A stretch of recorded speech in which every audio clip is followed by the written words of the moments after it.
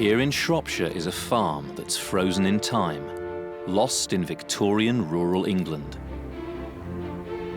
A unique project has brought it back to life, as it would have been in the 1880s. This is the way to travel, isn't it? Yep. Oh, Shannon, smells delicious. Ruth Goodman, Alex Langlands and Peter Ginn are living the lives of Victorian farmers for a full calendar year, from the cold of winter to the warmth of summer, turning the clock back to rediscover an age gone by. They're an unruly bunch. They really are. Keep going, keep it going, keep it going backwards. Lift to the left, drop it. You've done it, that's it.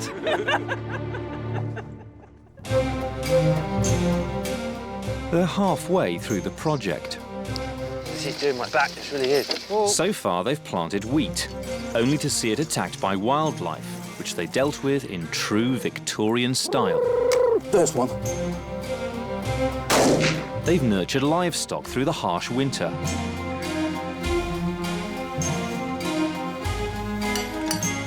And in their restored farm cottage, experienced the reality of life without modern conveniences.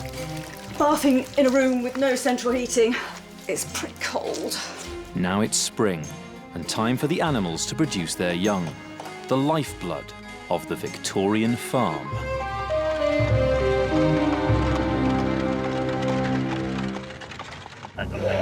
It's March. There are lambs and pigs to be delivered, and chicks to hatch. But nothing comes easy on this farm, especially when the hens are under attack. Another one, Peter. A prized ewe's life is in danger. The footrot's got in, and I'm deeply, deeply concerned about this. And a lame horse may jeopardise the crops. But the Victorian age was one of scientific invention, and the team hope this will get them through. Walk on, Smiler. The obstinate animal. If they succeed, they'll have something to celebrate at the Mayday fair. If they fail, all their hard work will have been in vain. Oh, no. I've broken it already. It's make or break time on the Victorian farm. And stop! Lambing has begun. Right, defocus. Found them. Got the legs? Yep, got the legs. There you go, I'm just going to pull it So out. far, just one ewe has given birth, but there are still 9 to go. Alex must watch his flock like a hawk for signs of them going into labour. We've got our mobile shepherd's hut, so we can park it up next to the pens and hopefully keep watch on them overnight. Good boy.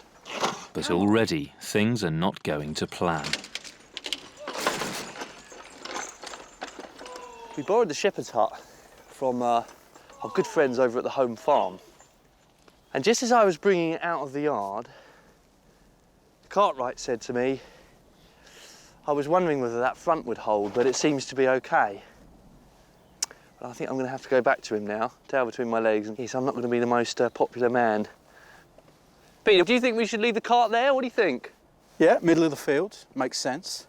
Can't see the bloody sheep, though.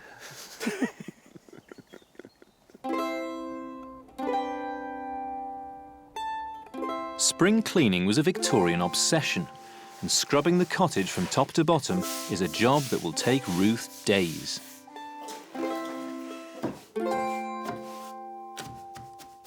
You get a huge amount of dust and doing this sort of thing, and rather than breathing it, I intend to take it out of the house.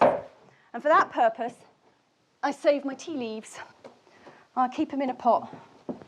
And then when I need to sweep, I just chuck them damp down on the floor. And as you're sweeping, the dust sticks to the tea leaves and they become like little balls. So instead of flying up everywhere, it's stuck to the tea leaf, and you can brush it out, get rid of it all. 6 months ago, Alex sowed wheat in this field. It survived the winter, but he's concerned about its progress. In some places, it's really come up really rather well, but in other parts, it's looking a bit threadbare.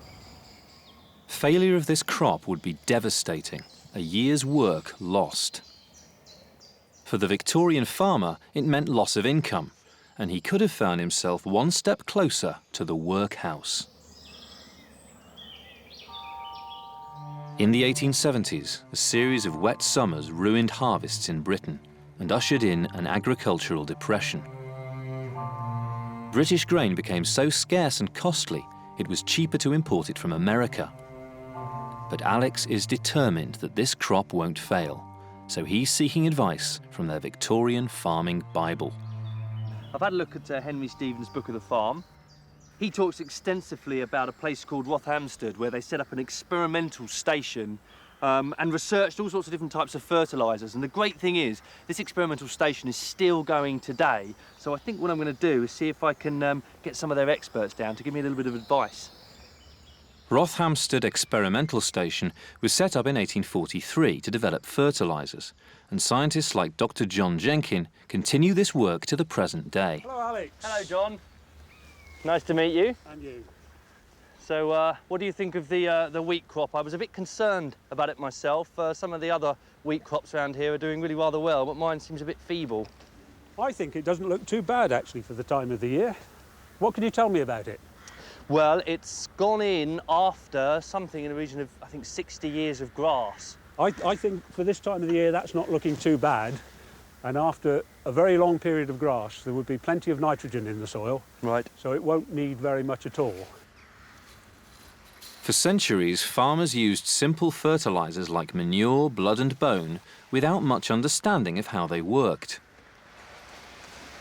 Well, stand. But Victorian scientists identified that elements like nitrogen and phosphorus helped crops grow. The chemical fertilisers they developed greatly improved harvests. So when do farmers first start sort of using chemical fertilisers? Well, it developed during the 19th century, and particularly, I suppose, from about 1840, 1850, thereabouts.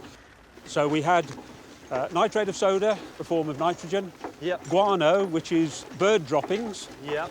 and then these superphosphate fertilisers, which were produced on an industrial scale by treating mineral phosphates, with sulphuric acid.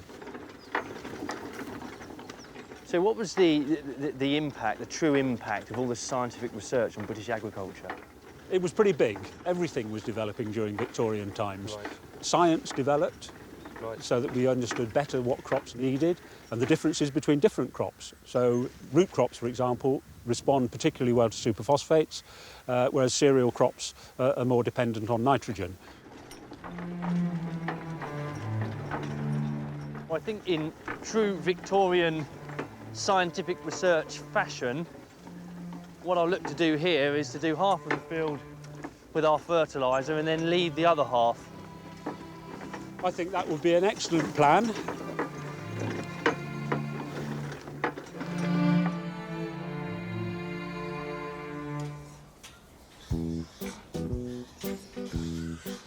In spring, everything is growing on the farm, including the pigs. Princess, the Gloucester Old Spot, is heavily pregnant and due to give birth at any time. Peter's monitoring her closely.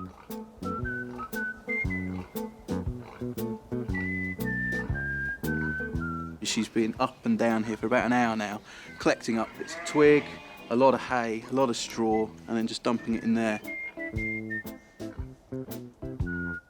I think that this is a definite indicator that the piglets are imminent. With Princess about to farrow, she'll need a bigger home for her new family. So her neighbours, the Tamworths, must go. 2 will be sold, 1 will be slaughtered. But feeling really sad, actually. Always known this day would come, but, you know, they've been such friendly little pigs. And now it's time to say goodbye. They know something's up, don't they? Peter is looking for the fattest one to slaughter. In Ruth's family save-all book, it says that, as a handy hint, 48 inches in circumference around the belly, that equals 14 stone. And every inch beyond that is an extra stone. So I've got my tape measure.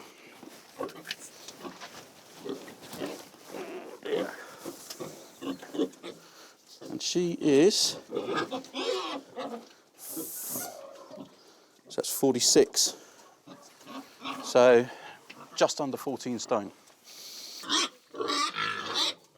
Right, I think it's time to let one go.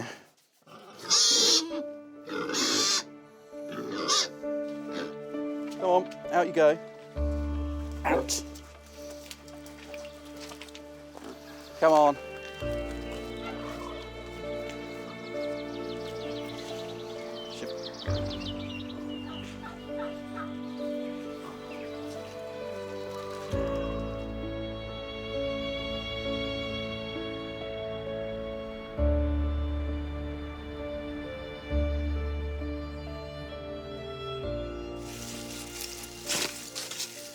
Damp newspaper is really good for cleaning glass.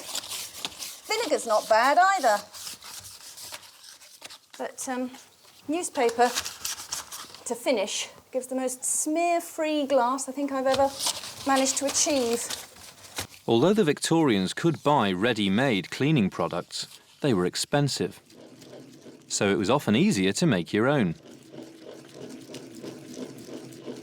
Grinding brick dust. And the dust makes a fantastic abrasive for cleaning things. I thought I'd give all the pots and kettles and things a bit of a go because they've got terribly, horribly black on the range. All I do is get a grubby old cloth, dip it in some vinegar, just to wet the cloth, and then dip it into the brick dust.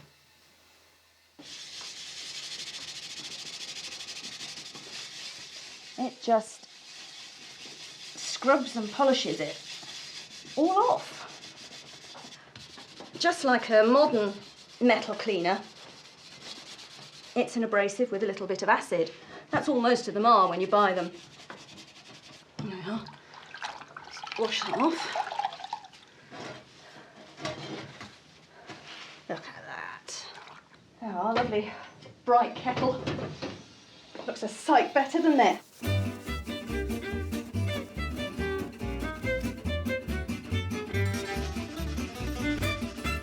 Nice and bright and clean. With the cottage spick and span and the winter dirt removed, Ruth disposes of the household waste. Rag and bone man's due, so the bones that we've been building up and collecting are in the bucket ready for him to pick up. He'll sell them on to somebody who'll grind them down and turn them into bone meal fertiliser for the land. If we lived in town, I'd let him have the rag too, because one of the many uses for old, used-up bits of cloth was as fertiliser on the fields.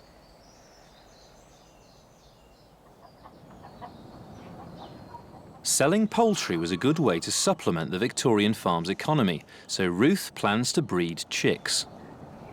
At the moment, the hens roam freely around the farmyard, but for their fertilised eggs to hatch, they must sit on them in a sheltered, safe place.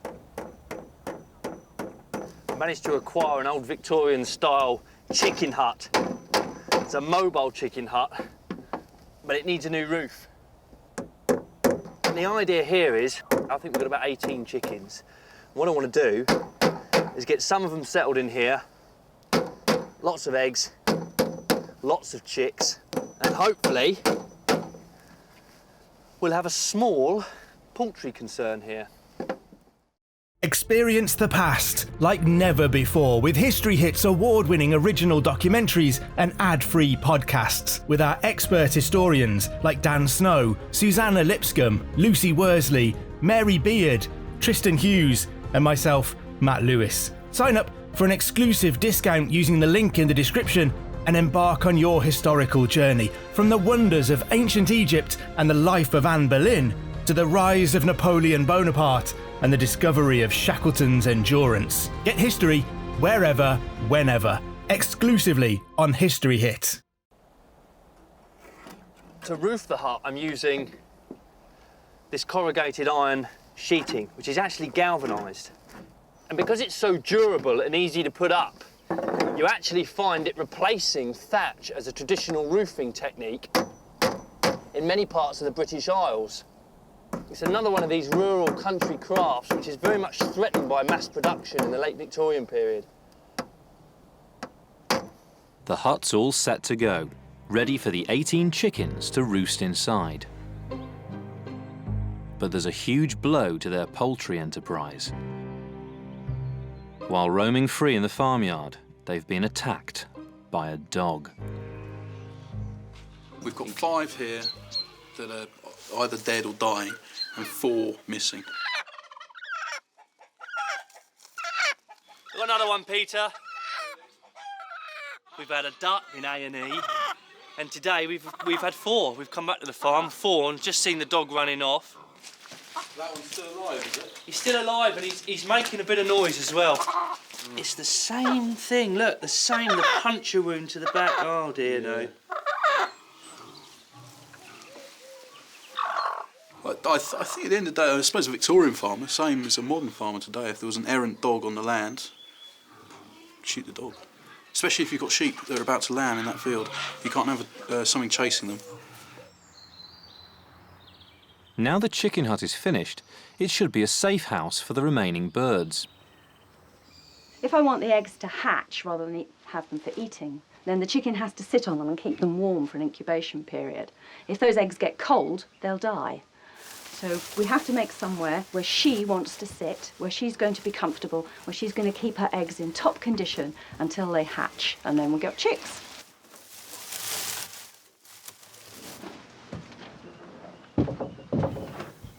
These are the eggs that were laid overnight, and these are the ones that I'm going to put the hen to sit on. And it's marking the eggs so that I know these are the ones I've set underneath her to hatch. So if any new eggs pop up, I'll know that they're not part of this batch, and then I'll be able to take those out for eating fresh, leaving these under the hen to hatch.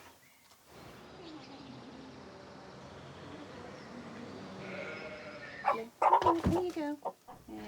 It's often a good idea to put a hen to sit like this at dusk, because the dark makes them go dopey and happy to sit in the first place. They like to be nice and quiet and go to sleep overnight.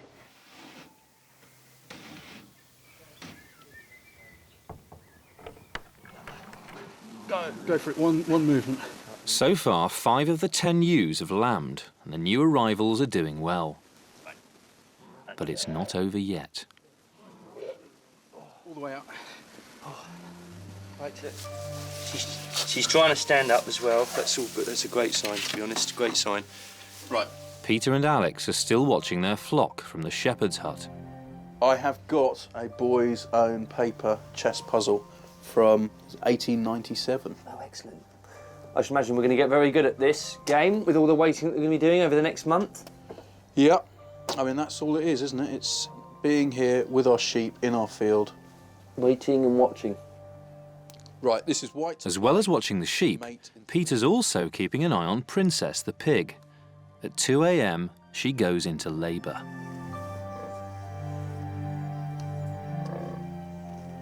So far, we've had 4 piglets. It looks like we're getting a 5th. Oh, here it comes. It's just popped out. But the 5th piglet is barely clinging to life.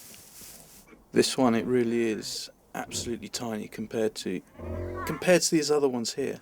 I mean, look at this. Look at the size difference there. This one really doesn't look good. He's nowhere near as lively as the others. Oh, I mean, we've got 4, 5 now. Come here, little fella. I think this is going to be a really busy night. I think this one is really pulling through now. This is our runt. I've been helping her to suckle, or helping him to suckle. I haven't checked yet. But I think I'm going to call him Dylan, because Dylan means run to the litter.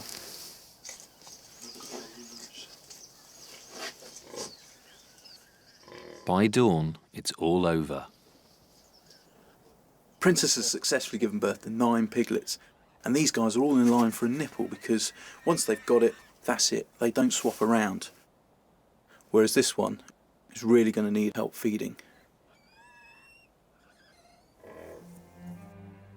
I'm keeping an all-night vigil so that she doesn't squash any of these guys. and also the little one needs feeding.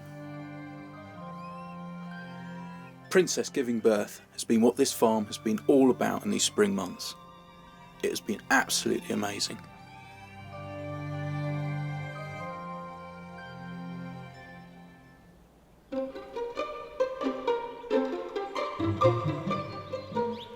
It's mid-April. 2 weeks ago, Alex fertilised half the wheat crop, and already the improvement is clear to see. The hens and ducks are finally sitting on their eggs.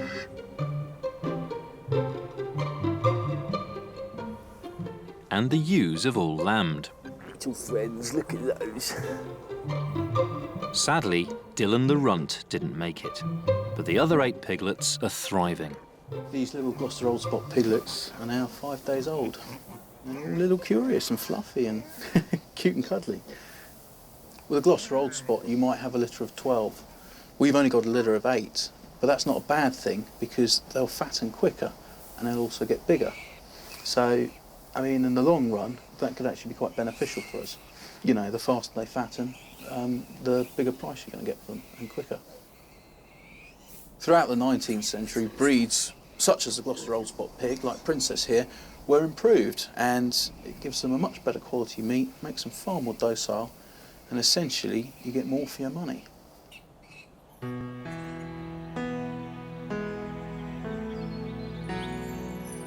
The Tamworth's been slaughtered. Once butchered and cured, it will last for months.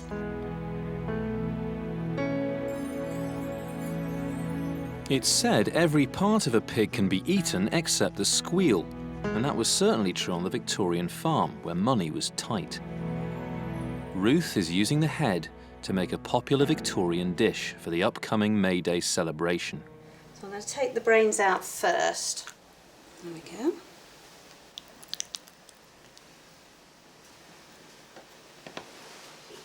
The main body of the head I'm going to make brawn out of.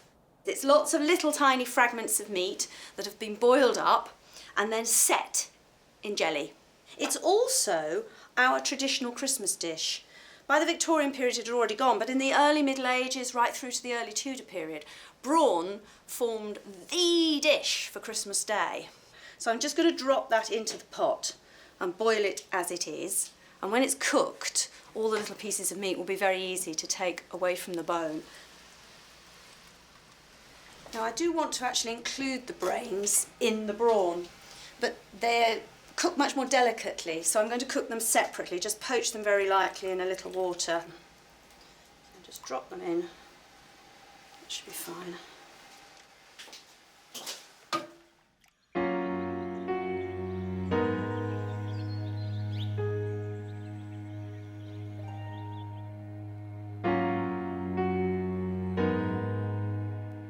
The lambs are doing well, but there's one more crucial job left: clipping their mother's hooves.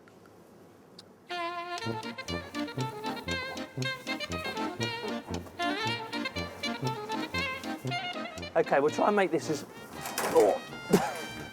as painless as possible for her and for me. Roll her over my knee like that. Oh, look at that. Oh, look at that. You beauty. Just got to hold her steady. Yeah, there's a lot of work needs doing here. And they absolutely stink. They really do. It just smells really, really cheesy feet. I mean, oh, geez, it's making my stomach turn, that is. The reason we do this is essentially because you can see here, you can see how it's growing over. Traditionally, sheep would winter up on the hills and they'd wear all of this nailed down because they'd be walking on rocks. But of course, out in these plush meadows, there aren't the rocks to wear down the nails. So what happens is they grow and the shepherd's got to step in just to make sure that they don't grow so far that they go over the hoof, trap the mud. As you can see, this one is beginning to do so. And then they get infections. This is absolutely killing my back, this is. Christ knows how you do a flock of 200. Back in the cottage, the pig's head has been boiling on the range for 3 hours. The meat is falling off the bones now and very, very soft.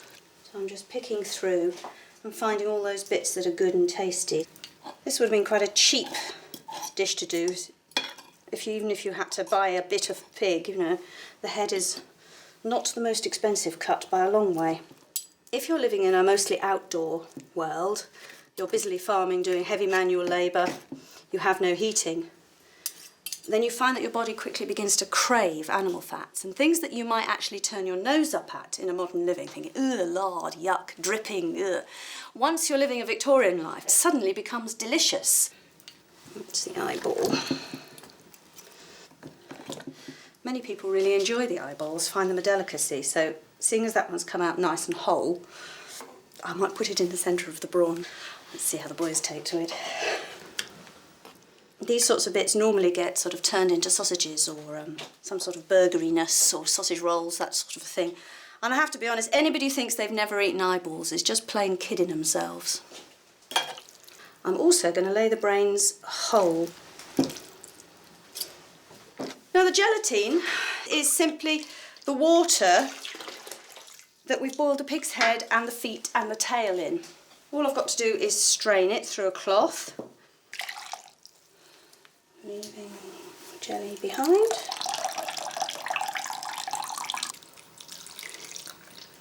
And one of the reasons for putting the gelatine on like this is that it excludes air. And without air, bacteria can't get a hold, so the jelly is a short-term preservation method in its own right.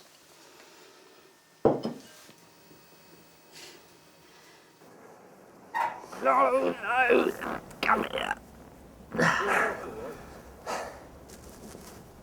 Alex and Peter have a serious problem. One of the ewes has an infected hoof. We're just going to have to wash that. Good girl. Oh, If it worsens, it could be life-threatening. her nails have just grown too long, and what's happened is you can see the toes exposed there.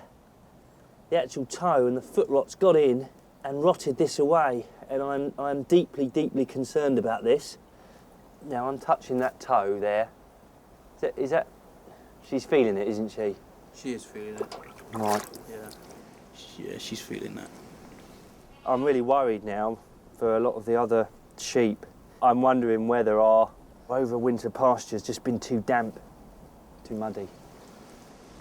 The Victorian farmer would do whatever he could to save a ewe.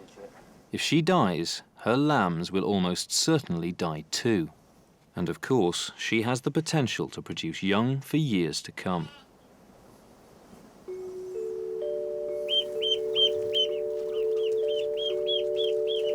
There's better news in the poultry hut, where the chicks have hatched.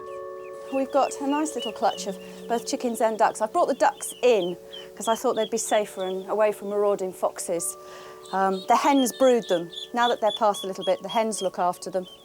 Whether they're ducks or chicks. Hello, sweeties. Soon the farmers will be looking to harvest hay.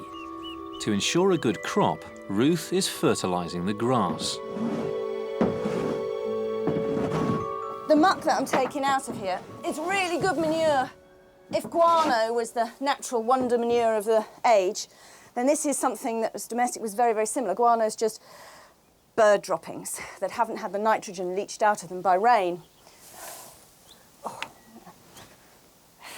One of the great beauties of this chicken shed is, rather than me having to try and spread this manually on the fields, I just move the shed and then kick all the muck out the back door. So, I don't know. See if I can give it a shove, if I can get it going. No, Peter?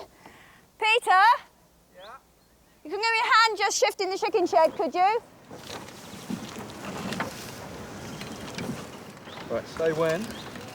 That'll do. Yeah? Yeah, lovely. Cheers. That's right.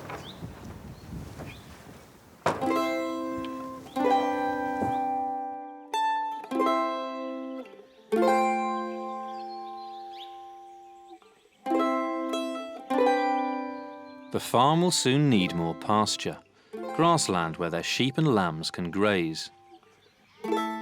The Victorian farmer would have scientifically created a seed mix to be both nutritious to sheep and withstand all weathers. For advice, Alex is visiting the owner of the farm's estate, Thomas Stackhouse Acton. So this is the book? This is a book of grasses, published in 1804. Mr. Acton, an expert on Victorian farming, has sought out a 200-year-old book on grasses in his library. And, this book lists all the grasses to be found in the British Isles. Right. We've got some here, which are good yielders. Right. Meadow foxtail. Yes, it says here, it ranks high in the estimation of the farmer, springing early and producing plentifully. Wonderful. OK, so meadow foxtail. Yes. Sheep's fescue, Festuca ovina. This grass, I think, is very good for sheep's wool. So this would be a good grass then for pasture for the sheep? Yes. So we'll have some of that. Definitely. I mean, it all sounds very technical, all of these different selections of grasses. Is this something that a Victorian farmer would have been aware of? Oh, I think so, yes. Armed with a list of grasses, Alex is now all set to sow. At the cottage, Ruth is also deciding what to plant, this time in their small cottage garden. According to the book of the farm, farmers, as a rule, are bad gardeners. Not unfrequently the garden, or where the garden should be, is one of the most thoroughly neglected spots on the farm. Vegetables could be quite expensive to buy in Victorian Britain. There wasn't much importation of fresh veg. So if you wanted veg, you pretty much were better off growing your own. This is why when you look at recipes for feeding the very poor, food in institutions, workhouses, prisons, hospitals even, there's almost no veg, because the veg was pricey. Food for the poor was about grain and starch and possibly potatoes. It's all about gruel. So, you know, there's this whole push amongst ordinary people to get as much food as possible out of the little scraps of ground they've got.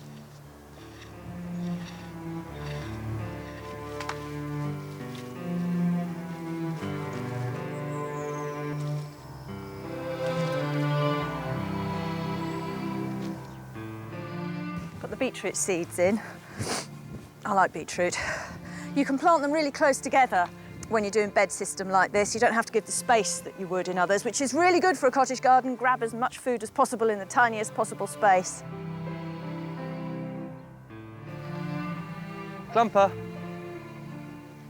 Come on, fella.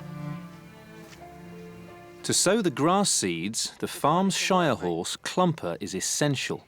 But as Alex attempts to move him, it's clear he's in distress. I spent all of winter looking forward to spring, you know, and getting out in the field with a horse on my own and going it alone, really, properly for the first time and sowing a crop myself. And then come the big day, he's lame. And I don't know what to do now. Look, he can barely, look, he's limping. Can't put any weight on it.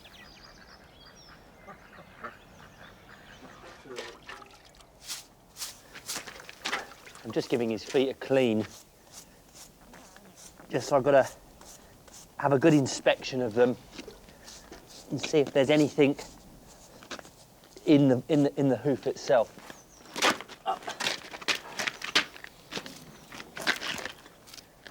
It's a bit of a nightmare, really, because Clumper's so important to the effective running of our farm. You know, if we're to compete as Victorian farmers, we need him to be in shape. And if we lose him for, you know, a considerable period, it will significantly set us back. After seeking professional advice, Alex has been told that Clumper probably has a sprain, so must completely rest for the next few weeks.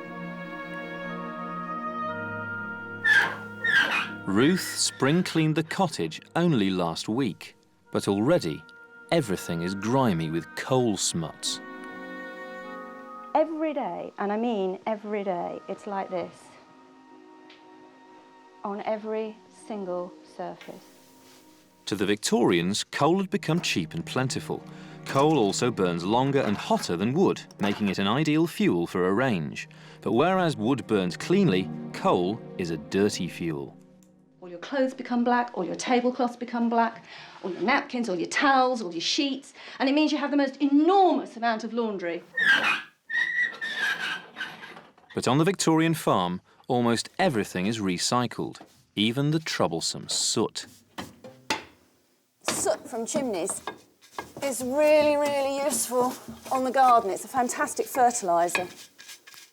Right up to the Second World War, lorry drivers would bring veg into Covent Garden Market, and then their return trips they'd be taking London soot back out to the fields in order to fertilise them.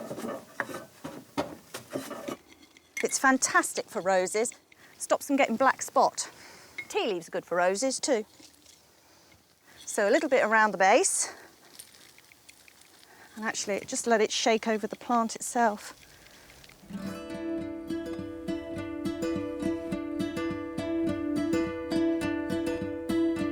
Alex needs a horse to help sow the grass seed.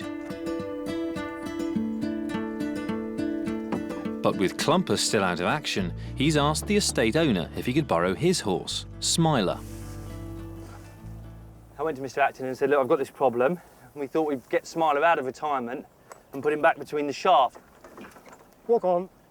Despite his name, Smiler is anything but cheerful at returning to work. Walk on. Come on, walk on. Up, up. Come up. Walk on. Come on. The obstinate animal. Walk on. Walk on, Smiler. Come on, walk on. Good lad. Up. Walk on. Walk on. Come on. Come on, walk on. Come on, fella. Come on. Come on, lost. Up. Last bit, come on. Come on. Good lad. Good lads. That's it. Good boy. Walk on. Good boy. To sow the grass, Alex is using an enormous seed box, a fantastic piece of Victorian technology. Good lads. You can imagine, though, just how quick this kind of equipment would have made a job like this back in the late 19th century. Just such an enormous seed chest, you know, 16 foot across, so you're talking about getting through about 5 acres a day with this thing. When you're hand sowing, broadcast sowing, well, you'd be looking at maybe an acre, maybe a bit more. So how do you think he's done today, then, Mr. Acton? Considering he's done no work virtually for 8 months, I don't think he's done badly. So I think we can give him a pat on the back.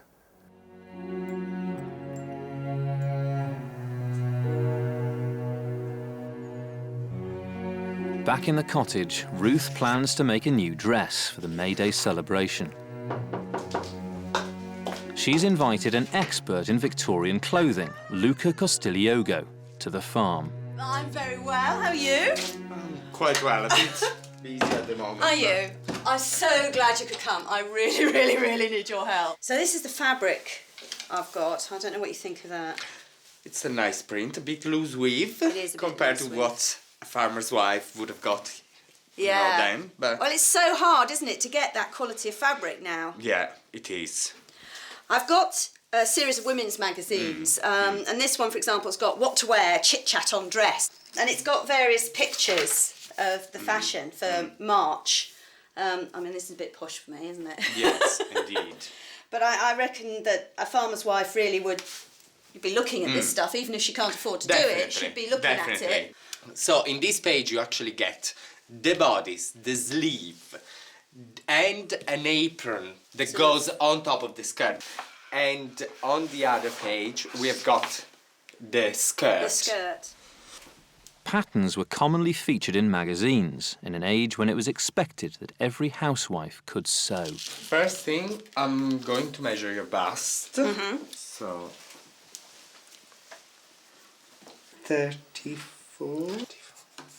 Then down to your waist. Now, one of the things I read on this was that a perfectly proportioned woman's waist should be 10 inches. 10 inches? 10 inches smaller than her breast. Ah, I yeah, don't I stand- agree. I don't stand a hope in heck. What's that? 27 is not bad. Well, my natural waist is not 27. My natural waist is 29. So, of course, it's already doing 2 inches.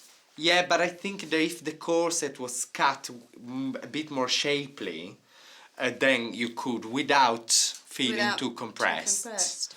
I found this book, Common Sense Clothing, and it's got these really quite horrendous diagrams of what corsets would do to you. There we Oh, are. I love this. Now, I wonder if this is really what happens to your inside. I have seen Victorian bodices with a 17-inch waist. So that's that big. That's 17 inches. Oh, good grief. Scaling, then transferring the pattern from the magazine to the fabric, is a skilled and time-consuming job. There's such a lot of work involved in making any clothing in this period that you couldn't possibly have a lot of clothes. An ordinary farmer's wife like me probably owned no more than 3, maybe 4 dresses at any one time. You darn them, you mend them, you turn them inside out to keep them going a bit longer. Probably only embark upon a new dress, say, after 2 years, something like that.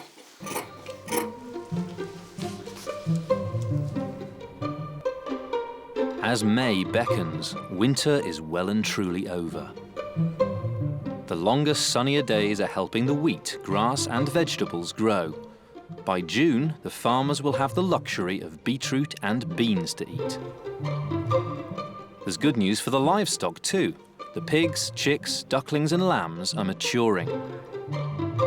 And thanks to Alex and Peter's swift action, the ew's infected foot is clearing up, saving not just her life, but those of her 2 lambs. It's time for the lambs to go out to pasture and fend for themselves. But first, there's one more job to do. We're just going to mark them and then mark the mother so we know which ewe they belong to. You can use numbers, but if you use letters, as we are, you save on Raddle, and every little penny counts. Because, of course, there's 9 numbers, isn't there? It was 10 including 0. Right, OK. And, of course, 24 letters. 26. Just testing. So I'm going to Raddle her, well, I'm going to mark her C. Yeah, OK. Yeah. Her? Him. That one's a geezer, that one. I always get that wrong. This one could be a decent show ram. So if he turns out to be good, we want to know which ewe he's come from and which one to then breed from, you see. So it's quite important. That's C. You want to go back to Mummy? Excellent. The ewe is marked with the letters of her 2 lambs. The raddle's made out of a red ochre, which we've mixed with some linseed oil and a little bit of tallow fat. So it should hold for a long time, but of course not stain the wool permanently. So when we come to shear, we should be able to still get a good price for our wool. The kidlets can go too. Oh, it's going that way. Well, this is the front of the skirt, which I've now prepared and tucked together. I'm just going to sew one of the seams, so it's like this. Ruth's now ready to stitch her summer dress together, so Luca's giving her a crash course in using a Victorian sewing machine. I have to say, this is a very good machine. Might be old, but it's very good. An innovation of the age. By the 1880s, Singer was selling over 500,000 machines a year worldwide. Where to go, Ruth? I suppose I better. Yeah? Look, it's like this. Yeah? Carry on, carry on. Unlike modern electric machines, this one is treadle-powered, requiring plenty of hand-foot coordination. Okay, just concentrate on the work. High-tech sewing machines, together with patterns in popular magazines, made fashion no longer the preserve of the rich. So now, don't look there anymore. Use both your hands and just try to feed that into the machine. Yeah, okay. I think you're actually quite good. Oh! Oh, you see, I went immediately backwards. Why did I do that? I've lost it. You were very good before. Yeah. Oh, don't. Please concentrate.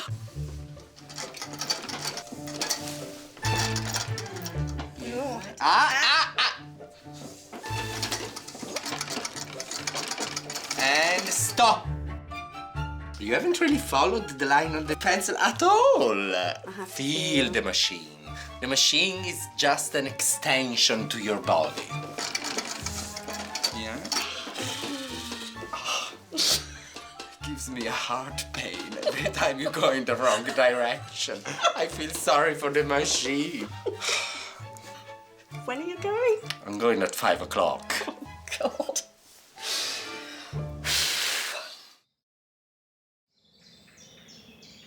Alex treated the wheat with chemical nitrogen fertilizers. To the Victorians, this was the latest in agricultural science. But to fertilize the new pasture, the Book of the Farm describes an old-fashioned way of putting nitrogen into the soil by sowing clover over the grass. It traps atmospheric nitrogen in little nodules in its roots, and that nitrogen is then released into the soil. So it's a very traditional way of fertilising a field. It's all part of a rotation, but it's only really during this period that the Victorians start to understand the science behind it. Clumper's still out of action, but the Book of the Farm recommends an innovative way of sowing clover without a horse, using a seed fiddle. Hello, Mark. Hello, Alex.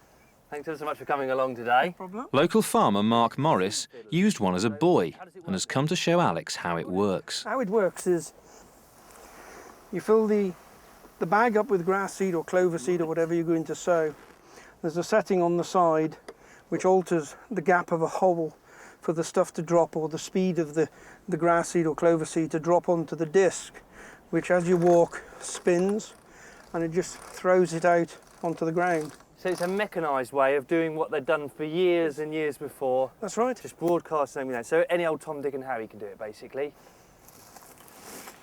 If you put your left leg forward and push it. And push it. Push it. All right. And then when your right leg, it comes back the other way.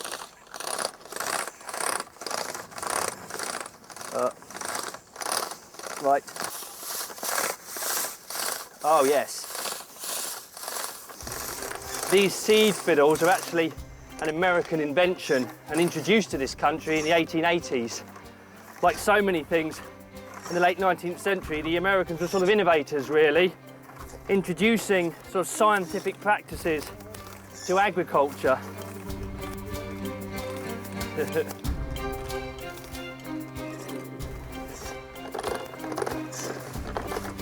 So is it, oh no! Oh no, Mark, I've broken it already. Oh dear. Look, the handle's come off the end. This is the fourth thing I've broken. Well, you're welcome to use mine. No, because I'll just break that one.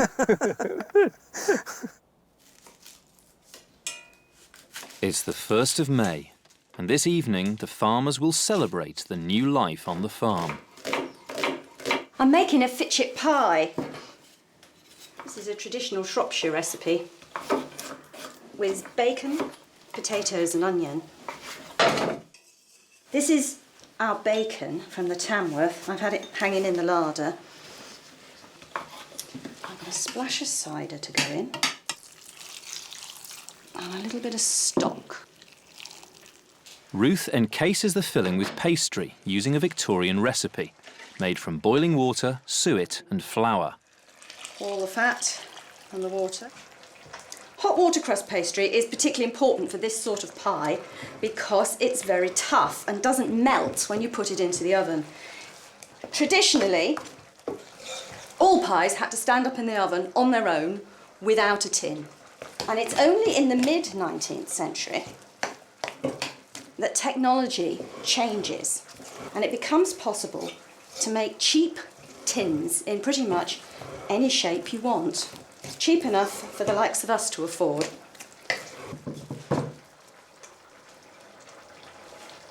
Now, a fitchit pie is actually called a fitchit pie because of its shape. It's thought the word fidget comes from a Shropshire dialect word meaning 5. Now we've sort of formed the pie shape, in goes the filling. In some ways, by packing them really full, it helps to support it in the oven. Slip it on top. Hole in the centre for steam. steam. Okay, in we go.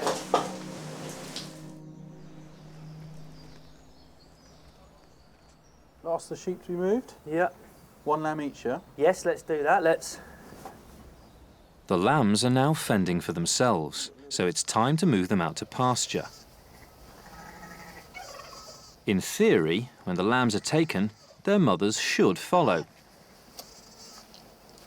The last to go is the ewe with the sore foot. Now fully recovered and back to full strength.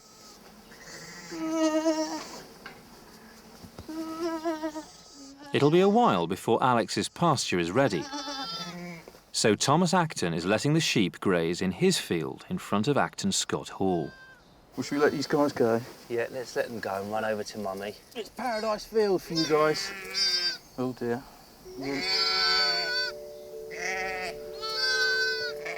There we go. Go on, over to. There we are. Look what you've got. You've got a view of the hall.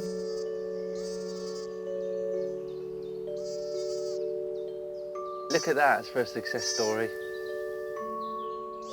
10 happy mothers and 16 lambs. Go on, off you go. Go and play with your friends. Well, that's it. Yes, It's over. yes.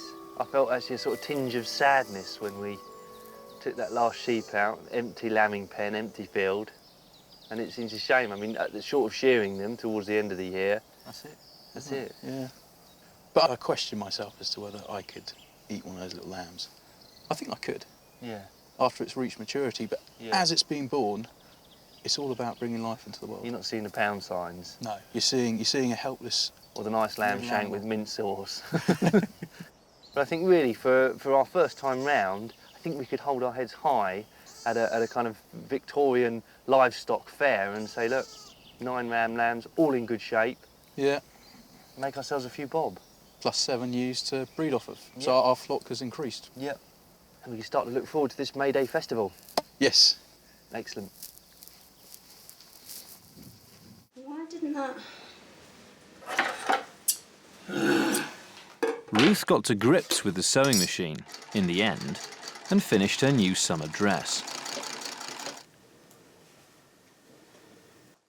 It's taken an age. I think, if I add it up, I think I'm nearly at 60 hours now.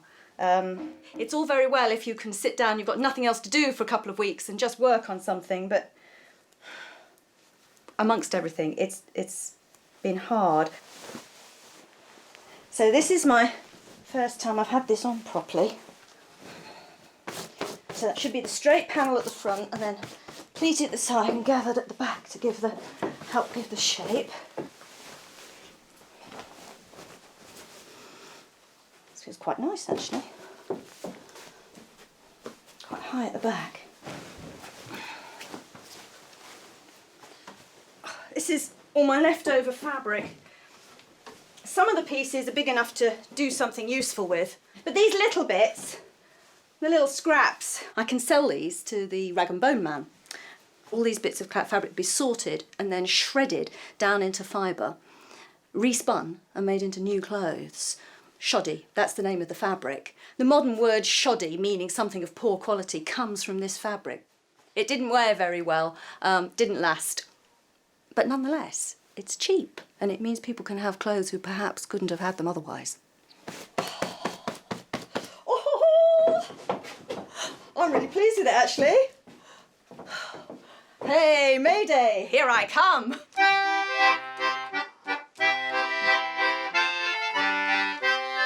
Good morning, lords and ladies.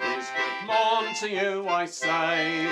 We brought for you a garland, for now's the month of May. Oh, it is the 1st of May. Oh, it is the 1st of May. John Kirkpatrick is an expert in English folk traditions. He's providing the entertainment for Mayday, traditionally one of 4 important days in the farming calendar. You get 2nd of February, which is Candlemas. Mayday, which is a huge, huge festival. 2nd of August is Lammas, and then end of October, early November, you get Halloween and Bonfire Night, all sort of mixed up. So Mayday was a huge course of celebration. The animals are out in the field and everything's starting to bloom and blossom, and so it's a kind of relief that everything's working as it should. And a penny for our cheer, and if we live to tell the tale, we'll call again next year. For it is the 1st of May, oh, it is the 1st of May. Remember, lords and ladies, it is the 1st of May.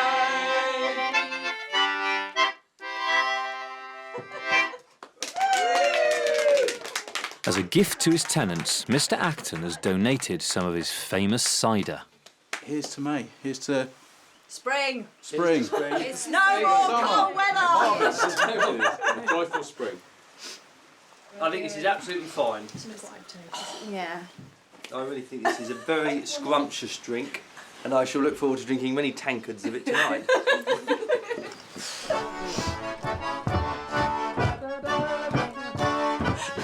As life on farms and everywhere became more mechanised and more scientific, there was a sort of a movement back, a sort of sentimentality about these older folk traditions.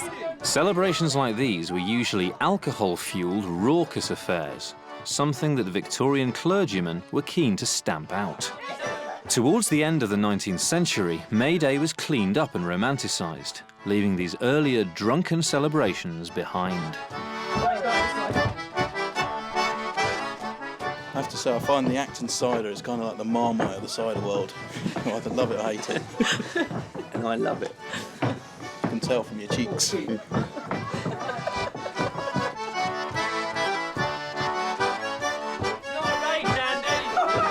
Anybody want something to eat? Oh, yes, please. We've got fidget pie, brawn and bread. Can I interest you in a nice bit of brawn? The brawn tastes fantastic. Absolutely It was a fabulous. good pig. Where are the eyeballs in this? There's an eye. There's an eye, isn't it? That's an eye. And there's some brains right in the middle. Come on then, give me that eyeball. There we go. I want to burst open and spray all over my face.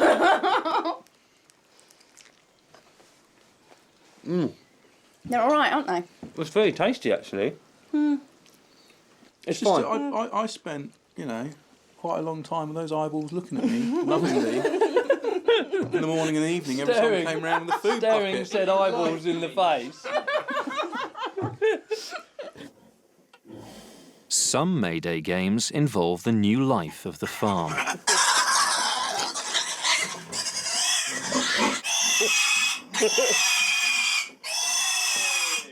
Well, we're going to try singing for a pig. This is a popular game at Mayfairs and so on. You hold a piglet under your arm and you sing a song, and whoever sings the longest before the pig squeals wins the pig. Brace yourself. Here we go.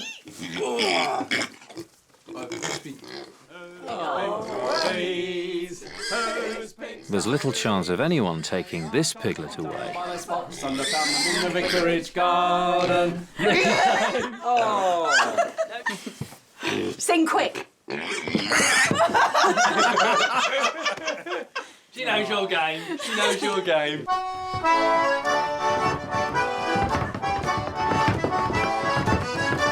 As the party carries on into the night, the farmers now look forward to summer, where a whole new set of challenges await.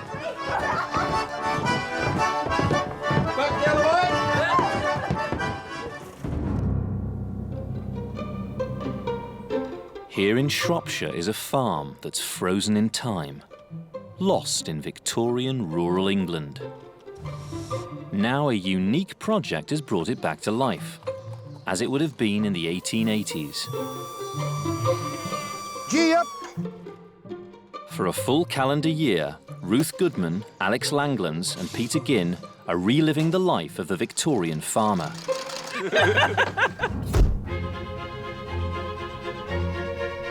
Eight months into the project, they've restored the derelict farmyard under the watchful eye of their landlord, Mr. Acton. What do you think of the stone, Mr. Acton? I think it's slightly tilted. Pull that leg out. They've delivered lambs. Here we go. Go, go, go, go, go, go. Get him out, get him out, get him out. And piglets. This one really doesn't look good. Look at the size difference there. Cared for a pregnant cow through the winter. There we go. That's it, girl. And learned to handle a Shire horse. How am I doing then? You're doing very well. Only to see him go lame. It's a bit of a nightmare, really, because we need him to be in shape. Now it's summer on the Victorian farm.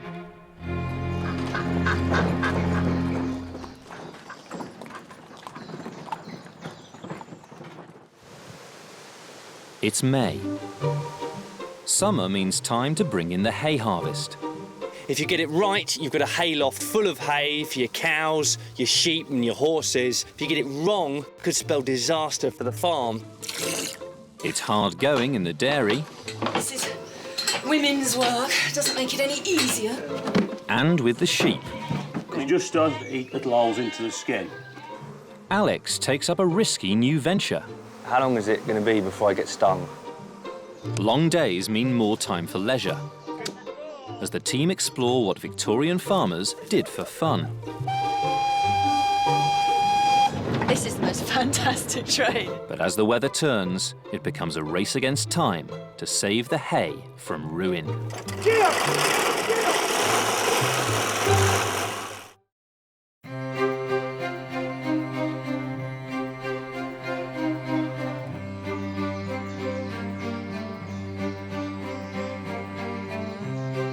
May is a crucial month for the farm's flock of Shropshire sheep, a popular Victorian breed.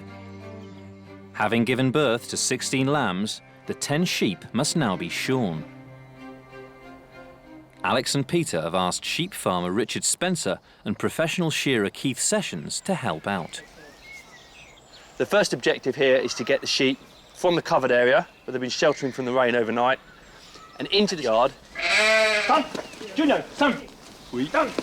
Juno! Juno! Push them on in then now. Come here. Go. Come here. Come here. All the gates are shut in this yard, aren't they, Peter? I believe so. The sheep are getting out. Where are they getting out? Go over the road. Oh dear. The sheep have smashed their way through a weak spot in the fence. They're all the way up there. Yeah. Last time, we lost one sheep when we attempted to move them. We've now succeeded in losing all 26.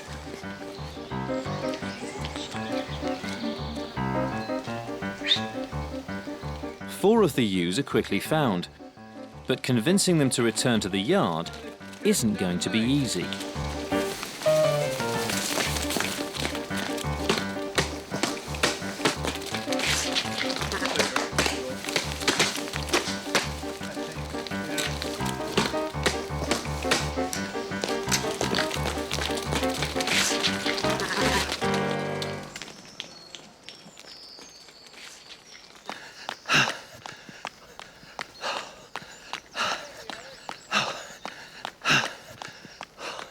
They're coming.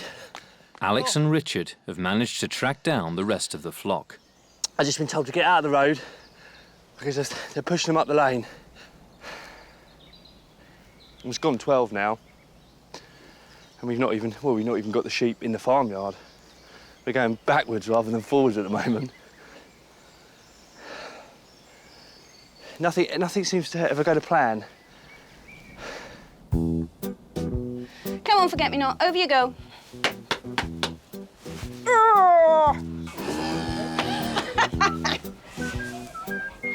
The farm's cow, Forget-Me-Not, has given birth to her calf.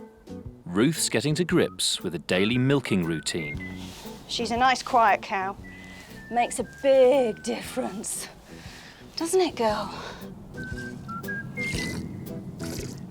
You're a good cow, aren't you? Hey, what a good girl. Cow needs to build a relationship with you. Certainly talking to them helps, because your voice is soothing and they know who you are, your smell, your voice, what you look like. I have been looking forward to this. Milking and dairying are such an important part of small farms in this part of the world. Whereas an arable farm in the 1870s needed about 50 acres of land to break even. A small Shropshire dairy farm could manage with only 5 acres.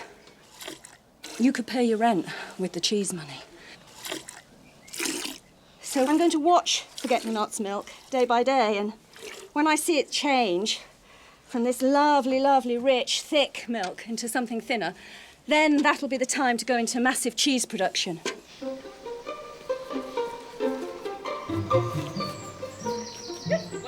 The sheep have finally been rounded up.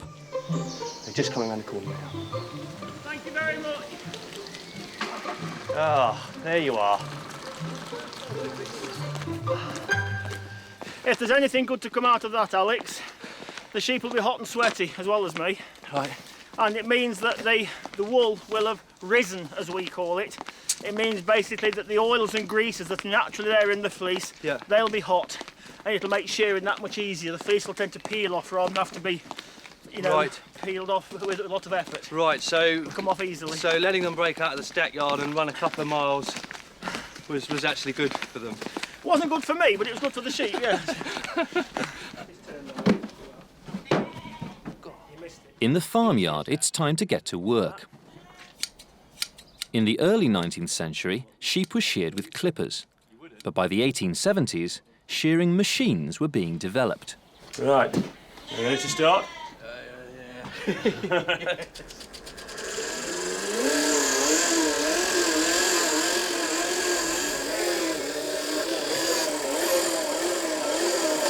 Look at the speed of that then compared to the hand shears. The machines were much more efficient, but had one real drawback for the person winding them. How you doing, mate? It's all right, it's hard to concentrate, and it's bloody knackering.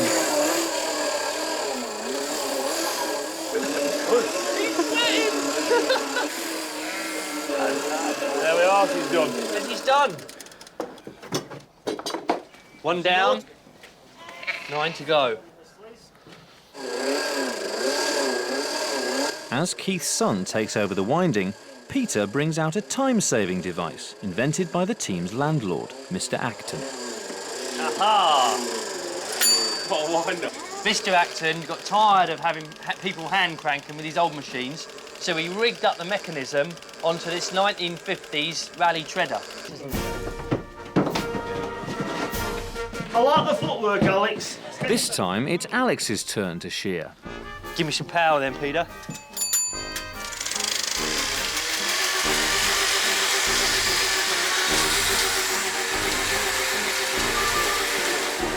There's a lot of vibrations coming up from the seat. It's a bit of a fun ride. So much easier than the hand crank. Wish you'd hurry up though. A professional can shear a sheep in 2 minutes.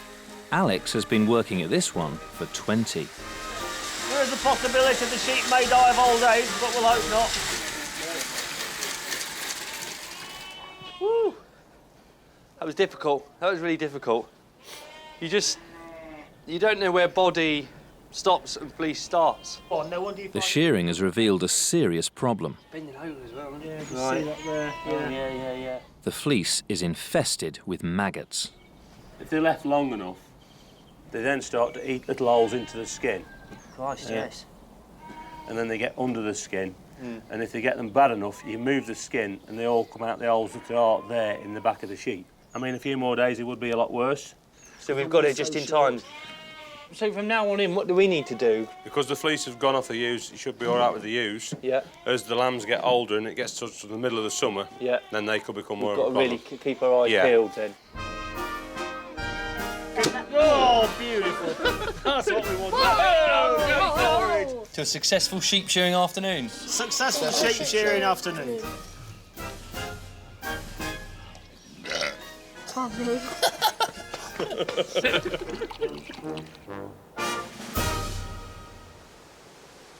The hay harvest is the biggest job of early summer. The team will be using the meadow in front of Mr. Acton's hall. I'm just having a closer look at some of the species we've got in here. We've got a lovely meadow grass there. There's some perennial ryegrass or a lovely foxtail. And these all make for great fodder crops. Essentially haymaking is coming out here and cutting the grass, the point at which it flowers, when it's at its maturest, if you like, and it's at its sweetest as well. You let it dry in the field, we'll then rake it all up, we'll get it on our dray, get it back into the farmyard, up into the hayloft, and it's essentially a crop. It's a harvest, because that hay will sustain our cattle and our horses and our sheep throughout the long winter months. In the early 19th century, huge teams of people brought in the hay entirely by hand. But by the 1880s, the harvest was becoming mechanised. Well, I hope you don't mind me roping you into this one, Peter. No, not at all. But I think this is a two-man job. For advice on the latest technology, Alex has consulted the team's Bible for the year, the Book of the Farm, published in 1888. The boys are keen to use as much up-to-date kit as possible, if they can get it working. So this is a hay rake. Look, there's a little bit of movement there. Yeah. But it's obviously been here for quite a while. This is just another one of these fantastic machines that Mr. Acton's collected up. He's got a lot, hasn't he? It is. It's amazing. And it's horse-drawn as well, so it should save us a lot of time. Yes, yes, it should. But of course, we've got to get it out first. So let's start hacking away at some of these brambles and... I see you've got your pasty on. I have. I've got one. I've got the right, you've got the left. I've got the bill hook. No, I've got the right, you've got the left. Yes, just testing there, just testing.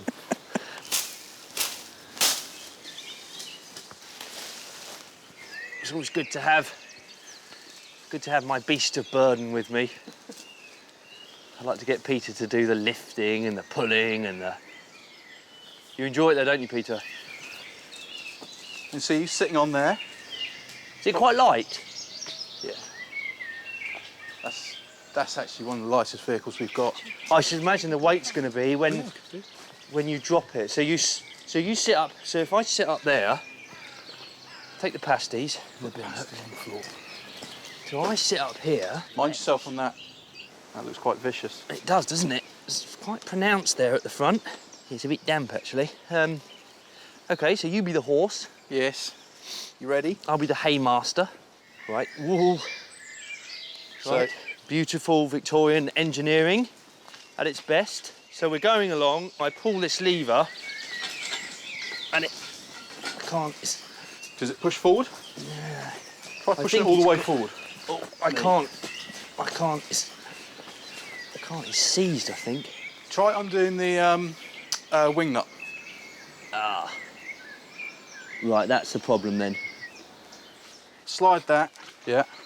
And bang, there goes the rake. And it's in. So I'm dragging the rake along the ground.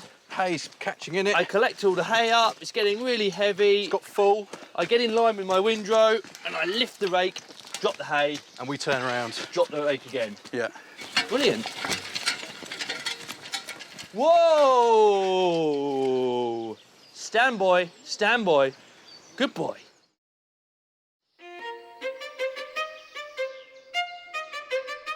Before the hard work of the harvest begins, Peter's making good use of his remaining free time. I think it's undisputable that summer has finally arrived on the farm. So we've been thinking cricket match. But for a cricket match, we're going to need a cricket bat. And I've dug out this catalogue of H.J. Gray & Sons. They're a Victorian company that are still operating and making cricket bats today. Cricket bat making was quite an important rural craft.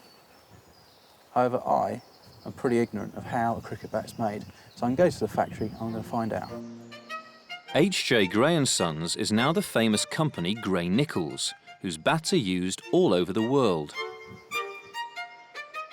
The laws of cricket state that bats must be made from wood, and for hundreds of years, English willow has been a popular choice. But Gray Nichols grows and processes its own.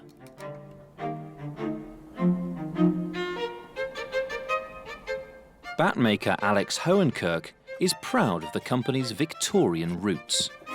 So when's this bat from? This bat was made in 1875. Right, and you're going to try and recreate this for us? Yeah, I'll try and recreate this one today. It's a lot different from what we make now. You can see the differences in the general amount of wood that's in the bat all through it. Is this machine made or is No, it's all handmade, and we do everything by sight. Right.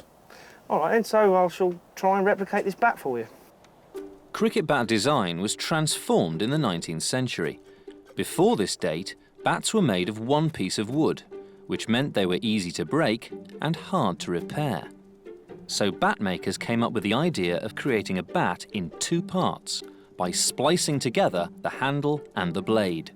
With having a splice, This gives a bat more flexibility, and it gives you much more sort of strength and versatility in the shots that you're playing, and you've got more feel for the game with a bat that's been spliced. And the innovations didn't stop with the splice. The famous Victorian cricketer W.G. Grace developed a new style of batting, which in turn spurred changes to the shape of the bat that can still be seen today. When did the humps on the back here start being sort of really introduced? The humps started to develop in around 1860, 1870. It was something pioneered by some of the bigger hitters of the day, players like W.G. Grace. Yeah. Originally, players were very into just pushing the ball around the ground, gentle shots and using the speed of the ball. Players like Grace tended to revolutionise things by big hitting. So the hump's been put into the bat to put more wood into the bat, which means we've got a stronger and harder striking surface. So just one final look. The weights are pretty similar now, and I think we're pretty much there. Wonderful, thank you very much. Well, I hope it plays well for you in your cricket match, and good luck with it. Back at the cottage, Ruth's indulging in her favourite summer pastime. Gardening as a leisure activity is something that becomes much more popular in the Victorian period. I'm making myself a pesticide here. Nice and simple. It's to kill the sawfly on the gooseberries. These are the leaves of the elder tree, and I'm just dropping them into the bucket where there's a kettle full of hot water. I'm going to add in a few shavings of soap, bash the whole lot together, and hey presto, that's all it is. Oh, it's nice and warm. Come on, you little sawflies. Off me gooseberries. Ruth's little garden isn't the only one on the estate. Mr. Acton has a spectacular walled garden. It needs constant care, and he's asked the boys to help out. For Alex, it's presented a golden opportunity. There's a swarm of bees in the walled garden. This is an excellent chance for me to get involved in beekeeping. It really is something that really sort of captures my imagination. For a Victorian farmer, it would be the perfect sideline. I shouldn't need gloves, but I am going to take the precaution here with a bit of string, just so they don't crawl up my sleeves. But I don't think I'm going to do this alone. I'm going to wait for a local beekeeping expert to come and help me wrestle this swarm and get it into our Victorian cottage hive. Well, thanks ever so much for coming over, Brian. Good, pleasure. Brian Goodwin is president of the Shropshire Beekeepers Association. Yeah, it's been there for a while. Woo. Good swarm. And we're going to capture these bees and we're going to put them in our cottage hive. We are, that's right. For their new home. Now, how long is it going to be before I get stung? Well, you won't feel anything after about the 4th, so you'll be all right. Right, OK. Brian's going to catch the bees in an old-fashioned type of hive, known as a skep. They were the way to keep bees many, many years ago. I mean, this is the sort of classic ancient way of keeping bees, and sort of reminiscent, I suppose, of Winnie the Pooh. Exactly that, yes. The bees are clustering now on this branch of a tree. Yep. And the strategy is to get them all in this basket. And the simple way of doing that is to just use a simple brush. No problem at all. This isn't going to upset them then, doing this? Yes, you'll have 30 or 40,000 flying around your ears, but don't worry too much about that. The first thing to do is to shake. Right. There we are. I'm a bit worried about them crawling up my... They won't hurt you. They're perfectly docile. They're an Italian type of bee. This is an Italian type of bee? Right. So we haven't got ourselves a good British bee here. So, and these were imported in the Victorian period, then? They were, yes. They were imported from Slovenia, northern Italy, and they bred thousands and thousands of queens each year, and we imported them into this country in the mistaken belief that they were better than our bees. And there they are. They're all in the skep. Skeps had many shortcomings. The swarm makes its honeycomb inside the basket, so to reach the honey, many keepers would kill their bees. Fortunately for Alex, in the 19th century, a brand new hive changed all that. There are the bees again, and I drop them onto this sloping surface, and they'll all start to walk uphill. Their natural tendency is always to go into a closed, dark area where they can re-establish themselves as a colony of bees. They're all doing it now.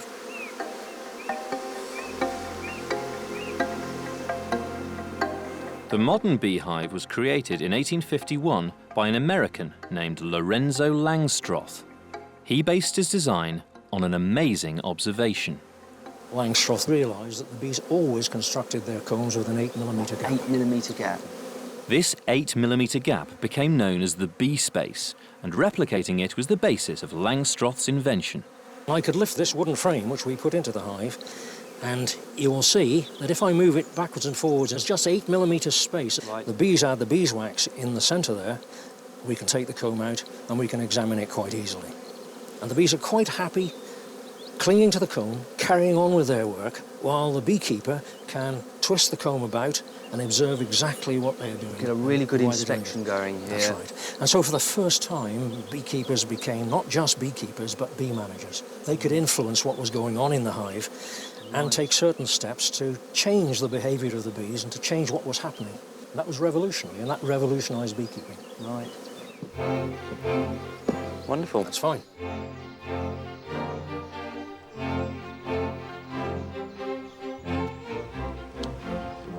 It's the day of the cricket match. Acton Scott, the farm's local team, are playing a neighbouring village. It'll give us a chance to try out the new bat. Yeah, I'm looking forward to that. Yeah, well, we've knocked it in, oiled it up, and it's ready to go. Almost looks as smart as we do. Yes.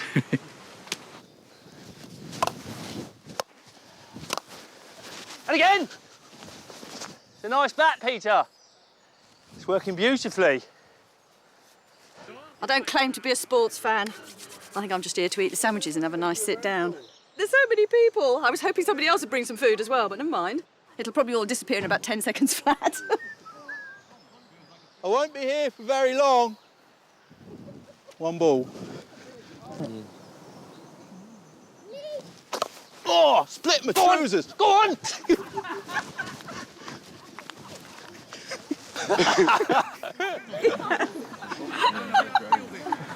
Middle. I seem to have split the incredibly tight trousers. I got a hole in my pants as well. Oh, thank God. I really want to be back out there batting. You do? Yeah, I think with a better pair of trousers, right, I could have stayed in a bit longer. Of course, earlier on in the 19th century, we'd probably be doing blood sports, the bare fist fighting, the cockfighting, all that kind of thing. But towards the end of the 19th century, landlords were looking to get their labourers and the people of the parish involved in far gentler sports. So cricket was a perfect opportunity to sort of galvanise the community. Far more gentlemanly pursuits for the labouring classes.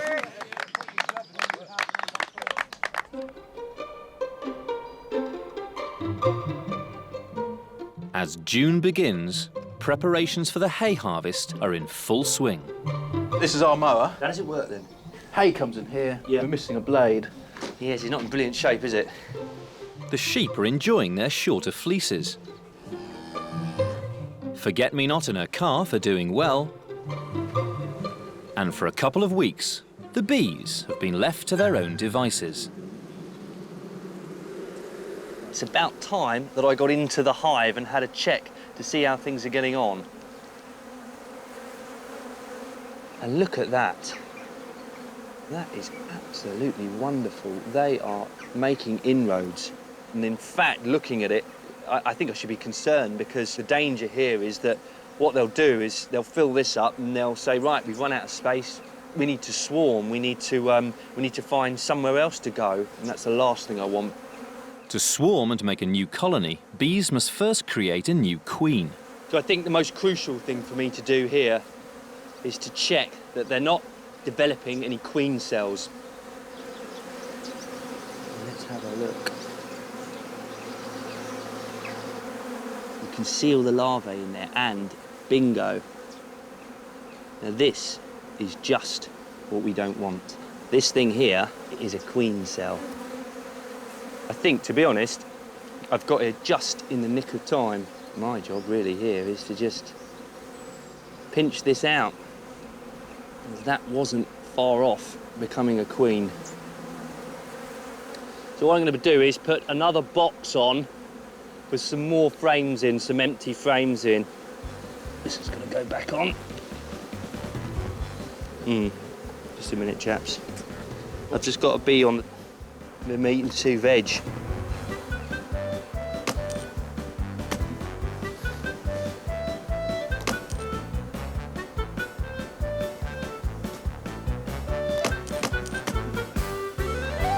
Don't want them getting in there. So, I think I've taken the necessary steps to avoid swarming. So, let's get the lid on. And it clearly won't be long now before we can start to extract some honey.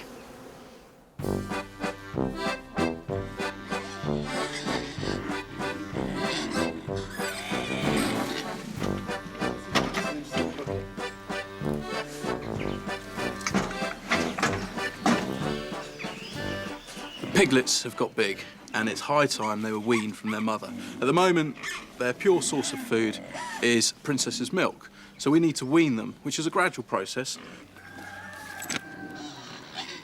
There's a picture of a ring pig's trough in Book of the Farm, and we've got a very similar design pig trough. And basically, it creates segments, so when the piglets feed, they've each got their own little compartment, which I suppose mirrors the fact that they each have their own teats that they will take milk from Princess from.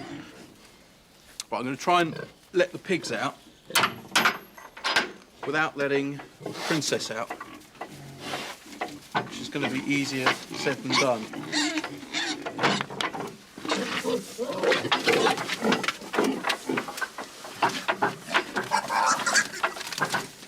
Done it the other way around.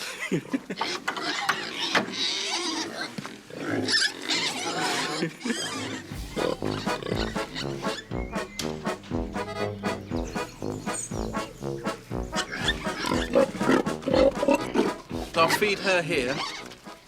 Go anywhere for food.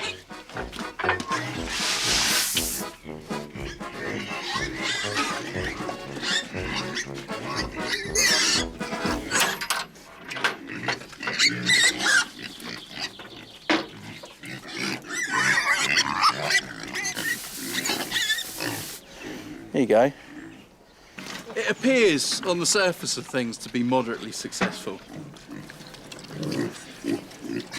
Rearing these guys has been a lot of work, but it's been such a fun time, and I'm immensely proud. Certainly of the ones that are feeding from the feeder. Not so much of the ones with the heads in the bucket, but it's been great. Out of all the animals on the farm, I think the pigs are the ones I'm going to miss the most. It's going to be quite a wrench, actually. And once they're fully weaned, some you'll keep and some you'll kill. Shh, don't tell them.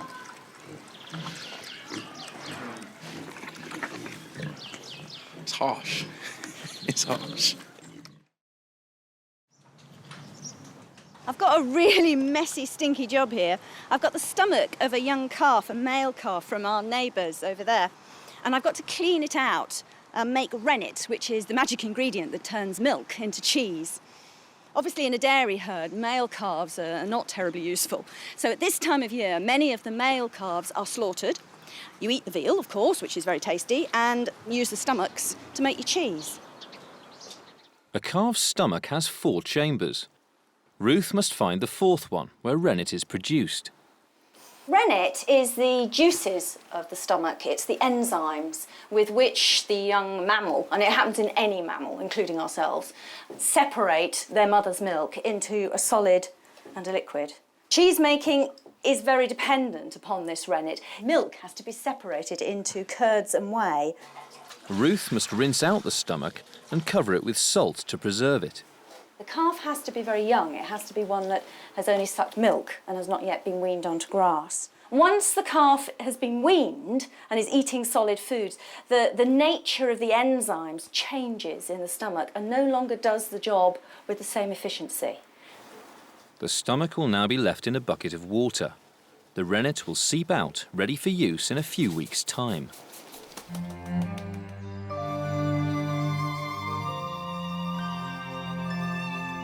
The hayfield is growing well, but preparations for the harvest have hit a snag. Clumper, the farm's Shire horse, has an ongoing problem with his hoof. Since most of the machinery is horse-drawn, this is a real cause for concern. No. Alex is seeking the advice of a modern vet, and as an extra measure, he's trying out a traditional homemade remedy. I'm going to make a balm here for Clumper's foot. It's going to be a comfrey balm. So this is comfrey root the comfrey plant. Let's give it a really good breaking up. And the idea with comfrey is it's got this substance called allantoin in it. And what this stuff apparently does is it helps in cell proliferation. So the sores on his foot, hopefully I'll get the balm on there and it'll just help it heal over that much quicker. Alex must first heat the crushed root with some tallow fat. See how this is doing? Certainly very hot. Oh, look at that, yeah. That's done the trick, I think. Just let that strain through. So that's the base oil then. What I'm going to add now is the magic ingredient. This is some beeswax from the hive. So I'm just going to put this on the range. Really, the beeswax, what it does is once it's been applied to the sore area, it'll stick, it'll hold the fat in, and the fat will be holding in the vital ingredients. Right, this looks like it's melted down. Quite a nice smell. Not that I'm sure that Clumper will appreciate that. Right, that's well mixed in. So we'll take one of these receptacles. Okay, so it's simply a case putting this on the cold stone in the pantry to cool and set. And as soon as it's done that, I can get it on Clumper's foot.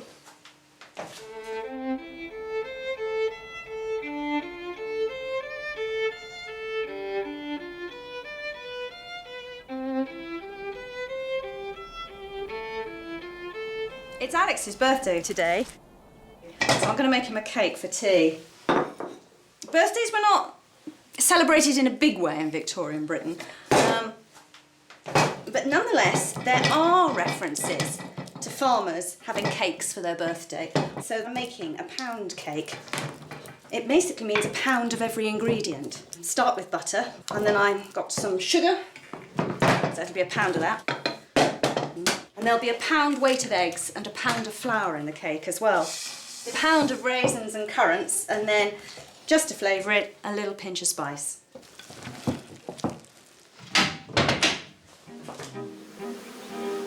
In the walled garden, Alex's birthday is proving busy.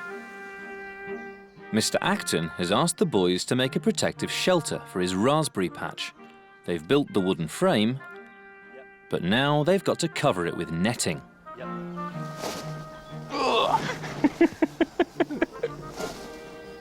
You're to a certain extent trying to defy physics with that one, Peter.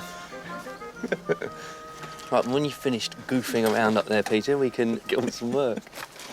Wire netting became available after 1844, when Charles Barnard, an ironmonger, invented a machine to manufacture it. Barnard was a farmer's son and knew there'd be huge demand for a product that kept predators off livestock and plants. Now, do you think leave the overhang like that at the front, yeah? Yes. Yeah. What about here, though? We won't be able to open the door. Ah, I was wondering who'd be the first to spot that one. We could always open the door. What, and then you want to cut round it? No, you're right. Let's go. Good suggestion, though, Peter.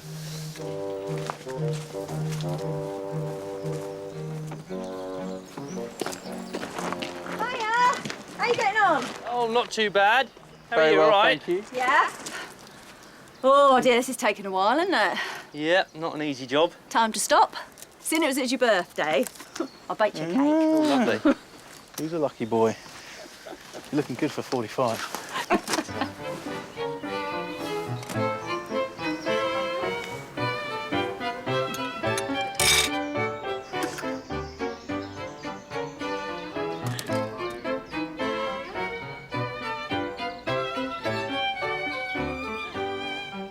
Of course, we can't sing you happy birthday, and we can't even say happy birthday. It's an American idea. It doesn't come into Britain until quite a lot later. The melody for Happy Birthday comes from a song called Good Morning to You, written in America in the 1890s. The famous lyric itself didn't appear in print until 1924. We have got you something. I wrapped it. The bow's just for show. Good. Do you know what it is yet? The apiary, or bees, beehives and bee culture. Thank you very much. There'll be no excuses now. We're expecting honey and wax in huge quantities. So now you're a year older, do you think you're a year wiser? Certainly when it comes to beekeeping, I think I'm going to be. So if we can't say happy birthday to you then, I don't know, many happy returns? Yeah. Well, here's to another year. Congratulations for surviving this long. Thank you ever so much for my book and the cake. It was lovely.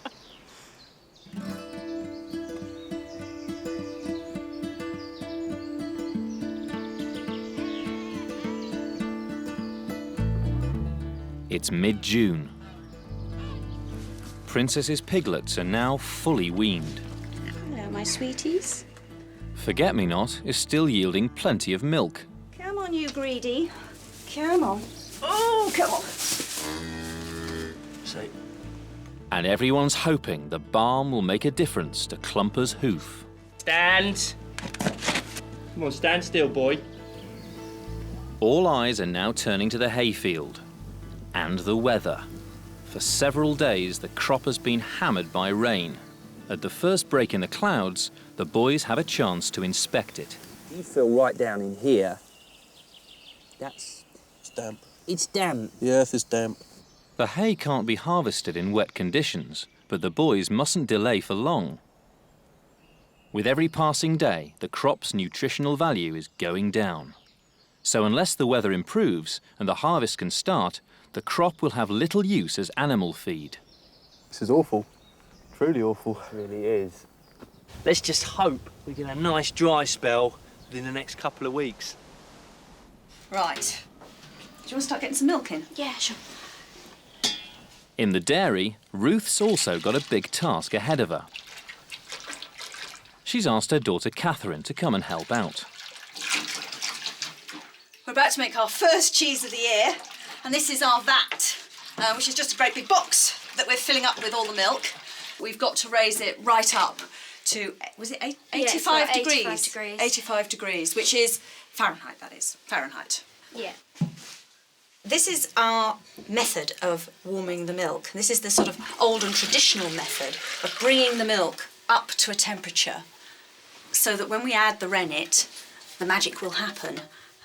If the milk is too cold, no matter how much rennet we add, no reaction will occur and we will just have milk. If we can get the milk to the right temperature, when we pop the rennet in, the milk will then separate into the solids, which are the curds, which is what you make cheese out of, and the liquids, called whey, which you feed to the pigs. Every time the water cools in these jugs, we take the jugs out, fill them full of boiling water and pop them back in again. Once the temperature reaches 85 degrees, the rennet is added and the split into curds and whey begins. Right, so now we need to cut the curd into little cubes, and that starts to help the whey be released from the curds. Now, in the old times, we would have done that with our hands. You'd have literally just put your fingers apart and gradually, very slowly drawn your fingers through. But by Victorian times, you could purchase marvellous, gorgeous curd knives. Do you want that one? You draw it across the vat. The curd has to be treated very gently at this stage. That's it. It really smells horrible. I'm sorry, it's horrible. It smells like baby sick. It's really nasty. Well, it is, isn't it? It's cow baby sick. Well, it is, isn't it? It's look, milk. It's It's milk and the juices from a calf's stomach. I mean, that's exactly what, you know, if a baby calf was sick, It's still horrible. this would be it. Ruth is making cheddar cheese, and it's now that the process of cheddaring takes place. The liquid whey is drained off, heated and returned to the vat. It then heats up the curd, which sets into a firm mass. And they should stay solid, yes, see? Yeah. That's it. Just The curd is then piled up in blocks. by turning it, we're starting a very gentle press, just using the weight of the curd itself to press whey out. If we didn't do this cheddaring process, we'd have a cheese that would only last a short while and you'd have to eat it within the month. But by doing this cheddaring process, we'll have a cheese that can last 6, 8, 9 months and still be nice.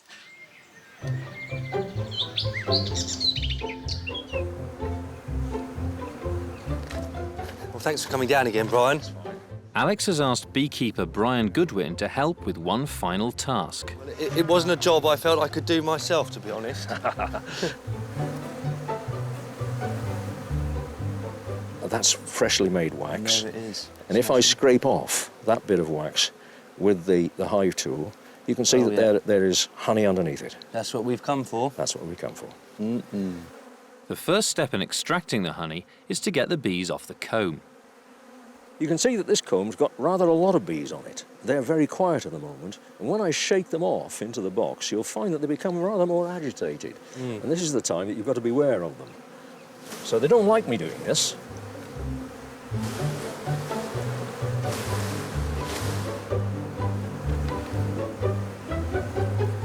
So back to the cottage. Yes. Where we've got these two different types of extractor. So it'll be interesting to see how they work.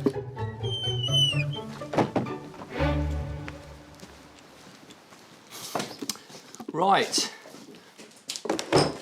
First, the beeswax must be removed from the comb in a process called uncapping.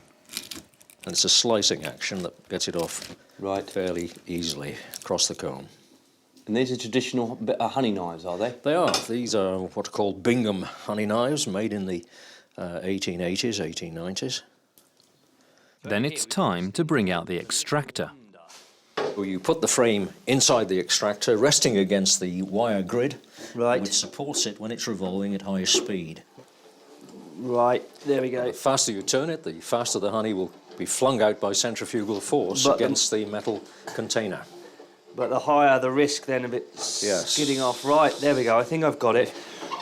The idea of using centrifugal force to extract honey was hit upon in 1865 by Italian army major Francesco de Hruška. It requires quite a high level of concentration, this. Legend has it, Hruška came up with the idea after seeing his son playing with a basket of honeycomb. The boy whirled the basket in the air and his father noticed a few drops of honey come out. Have a look in there. I'll take the comb out, and you can see where the honey has been flung out of the comb up against the wall of the main body of the extractor. But you can see that this extractor isn't very efficient. The wonder that is... Once the principle of using centrifugal force was established, it wasn't long before improved extractors hit the market. This was a major advance, because in fact you can extract 4 combs at once in this extractor. Right.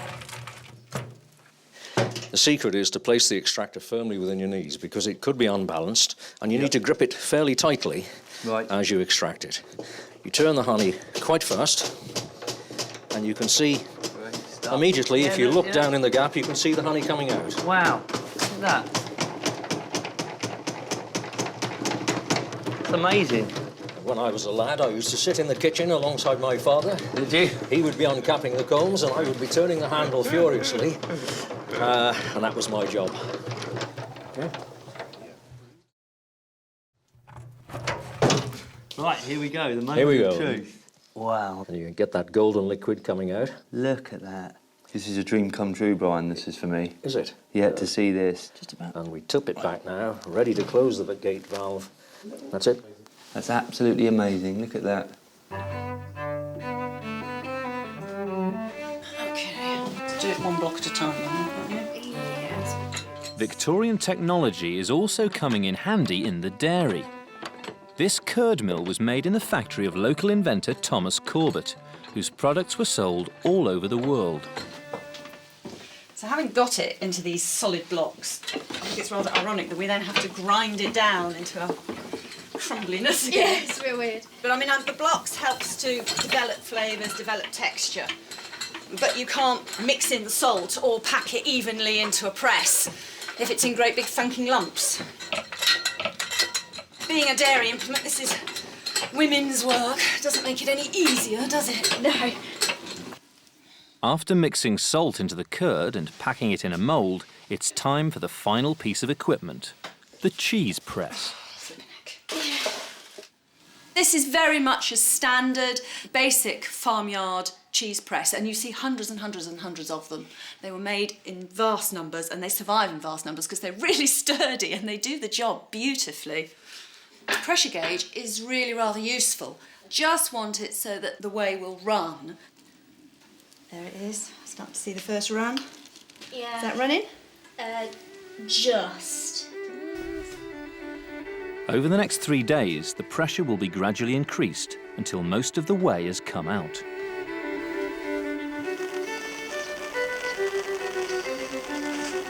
It's still raining and the hay still can't be cut.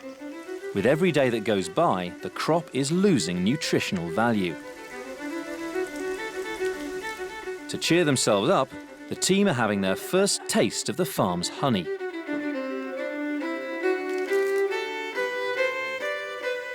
That is absolutely stunning. It's so good. It's so alive, isn't it? Brian said there is no better tasting honey than the honey you get from your first extraction, and I think I have to agree with him. While they wait for the rain to stop, Peter's making some provisions. I'm going to make some ginger beer for the hay harvest.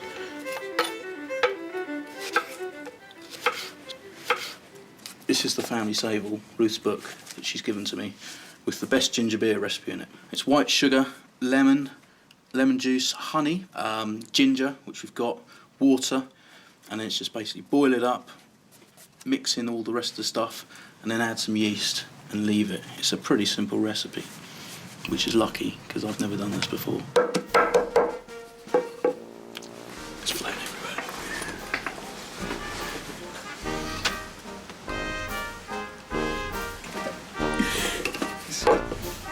That, I would say, is bruised ginger.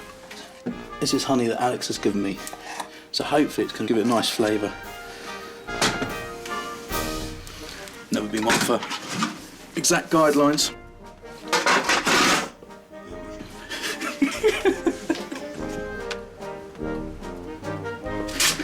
This is a very, very sharp grater.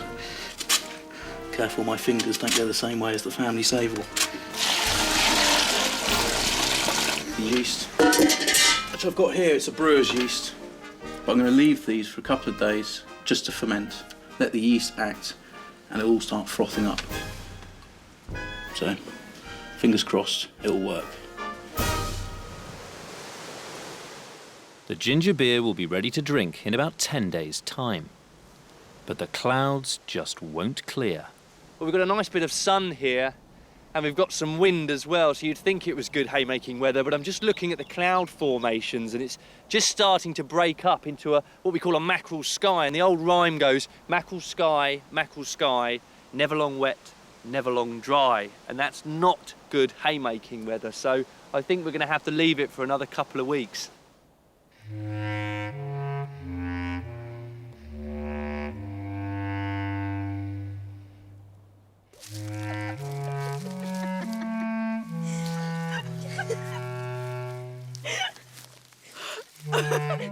It's Midsummer's Eve, a night that in Victorian rural folklore held powerful meaning.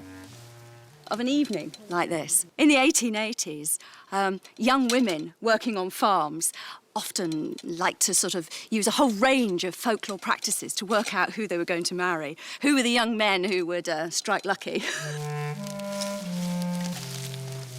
Many of these rituals took place in churchyards at night. Ruth's daughter Catherine has decided to try one out. Oh, so many thorns. It really hurt. Okay. Can you see? Yeah. Okay, there we go. She's got to scatter hemp seed. Can you remember what I'm supposed to say? Hemp seed I sow, hemp seed should grow. He who will marry me, come after and mow. No. There we go, Right. I can't remember that, but fine. Okay, ready? Okay, ready. Go on then. Hemp seed I sow, hemp seed will grow. He who will marry me, come after and mow. There we go.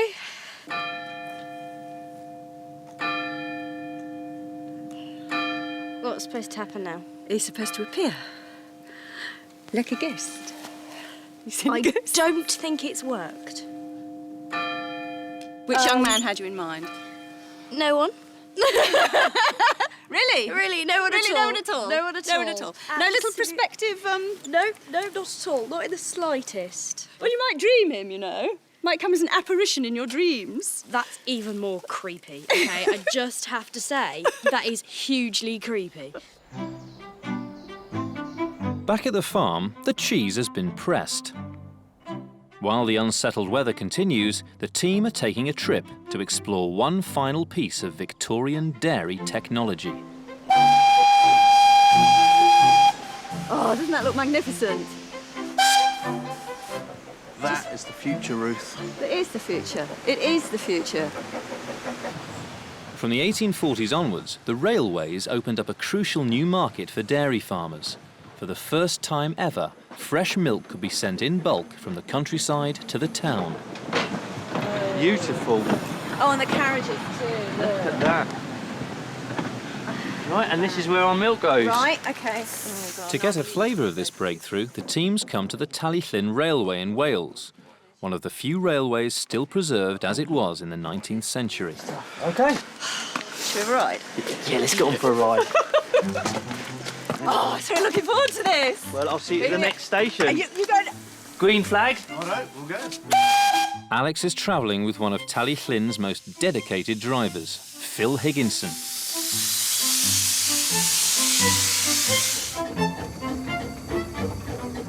Well, this is the way to travel. It's got all its original locomotives and rolling stock. Right. So we're on an original train. I mean, So we're on a time capsule from the 1860s. And you think about it, I mean, these engines have gone back and forth on this bit of line since 1865. Imagine it back in the 1860s when it was the cutting edge of, you know, of engineering.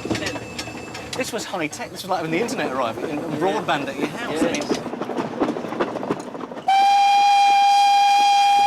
This is the most fantastic train, isn't it? It is indeed, yes. If you think about the development in the railways within Queen Victoria's lifetime, in 1830, the speed world record for a steam train is 30 miles an hour. Yeah. In 1895, it's 90 miles an hour. And so much more network than there is nowadays in modern Britain. I mean, it's something like 4 times as many stations in 1880 as there are in the 21st century. I mean, these things, they absolutely revolutionised dairy farming. The whole production of raw milk going into cities and towns, where before it would have gone off before you got there. But now, you know, you can get your churns to a station. Yeah, and it's away. Away, off you Quickly. go, quickly. Arrives in a brilliant state, sellable, straight off. The rocking might turn it to butter.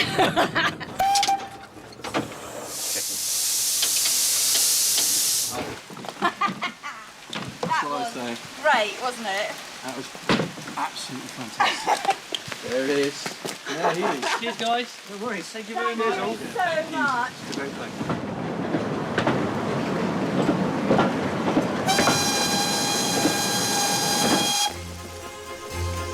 Back on the farm, the weather is worse than ever, and the hay is now in real jeopardy.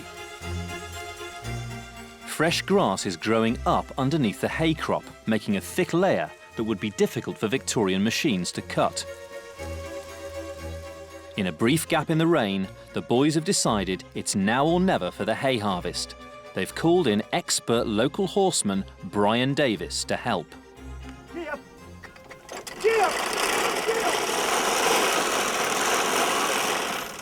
Just not cutting, is it? No, it's not. It's so thick, isn't it? Try again, Brian. Come on. I'm really feeling for Alex at the moment. He was so up for this. He's put so much effort into it, and it's just not working. It's so thick and so wet as well. It's almost, it's like soapy. It's what's called soapy. It's, Look at that. I mean, look, Peter's wringing it out there. Look at that. Wringing it out. To become hay, the grass must be able to dry in the field. But this grass is so wet, it's more likely to rot away instead. It's like a carpet, isn't it? Shag pile. For a Victorian farmer, this would have been disastrous. A failed hay crop would leave him with nothing to feed his animals over winter. So the boys aren't quitting. Give it a few more tries, maybe, Brian. Back. Back. Back.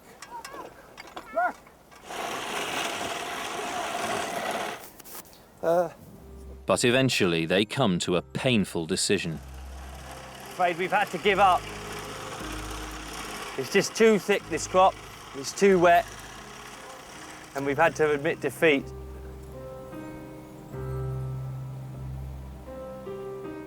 In this situation, the Victorian farmer would have had to buy in his hay for the coming months. That would mean raising money from elsewhere on the farm. So everything now rests on the success of the team's wheat field. They need a bumper and profitable crop when they harvest it in a few weeks' time. Bloody rain. Rain, rain, rain, rain, rain. Let's hope it doesn't affect the wheat, eh? Yeah, there's more clouds in the horizon, isn't there? Every cloud has a silver lining. Just got to work out what it is. Hopefully it'll be your ginger beer, my good friend. Hi, Ruth. Hello. Oh gosh, you're back quick. We are. Sadly, it's not to be. Yeah, it's not to be, unfortunately. Not today, and probably not ever. Really? Not this year, anyway, for us. Just too wet and, you know, too thick. Oh, what a shame. No, a bit sad. Sad, because I was really looking forward to doing it. Well, we've still got all this ginger beer of yours. Well, should we give it a go? It looks the part, it really does. Well, here's to a better wheat harvest, eh? Yeah. Yes. Here's to a better wheat harvest. That's gorgeous. It's not bad, is it? That is delicious. It really is. I don't like ginger beer, but That's that really is nice. good. Something's gone right. Thank goodness, thank goodness. What are we going to do if the wheat doesn't work? No, it will, it will. It will work. We'll make it work. Yeah. We've got to. We've got to. For the last 10 months, in a unique project, this once deserted farm has been brought back to life, as it would have been in the 1880s. Gee up!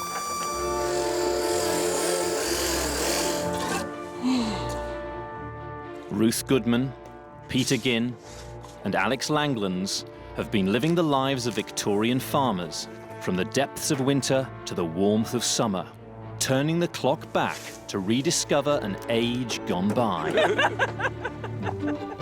They've restored the farm under the watchful eye of their landlord, Thomas Stackhouse Acton, I think it's slightly tilted. and experienced life without modern conveniences. Bathing in a room with no central heating. It's pretty cold. Successfully bred Victorian breeds of poultry, sheep, Little friends, look at those. cattle and pigs. A little curious and fluffy and cute and cuddly. But the dreadful June weather devastated the hay harvest. It's not cutting, is it? No, it's not. It's so wet as well. I mean, look, Peter's wringing it out there. For the Victorian farmer, this is a disaster, leaving him no hay store to feed the animals over winter. Rain, rain, rain, rain, rain. Let's hope it doesn't affect the wheat, eh? Now it's late summer, and the year-long project is almost at an end. But first, the team faces their biggest challenge yet, the wheat harvest. Only a bumper wheat crop can offset the failure of the hay harvest. First, they must make some urgent repairs to their cart. Water. Then get to grips with cutting-edge technology, Victorian style. We've had a blockage. Brian's just going around the machine to try and work out what it is. But most importantly, they need a break in the rain. We've only got a very small window between now and when those clouds come over. A failed wheat crop could mean the workhouse for a Victorian farmer.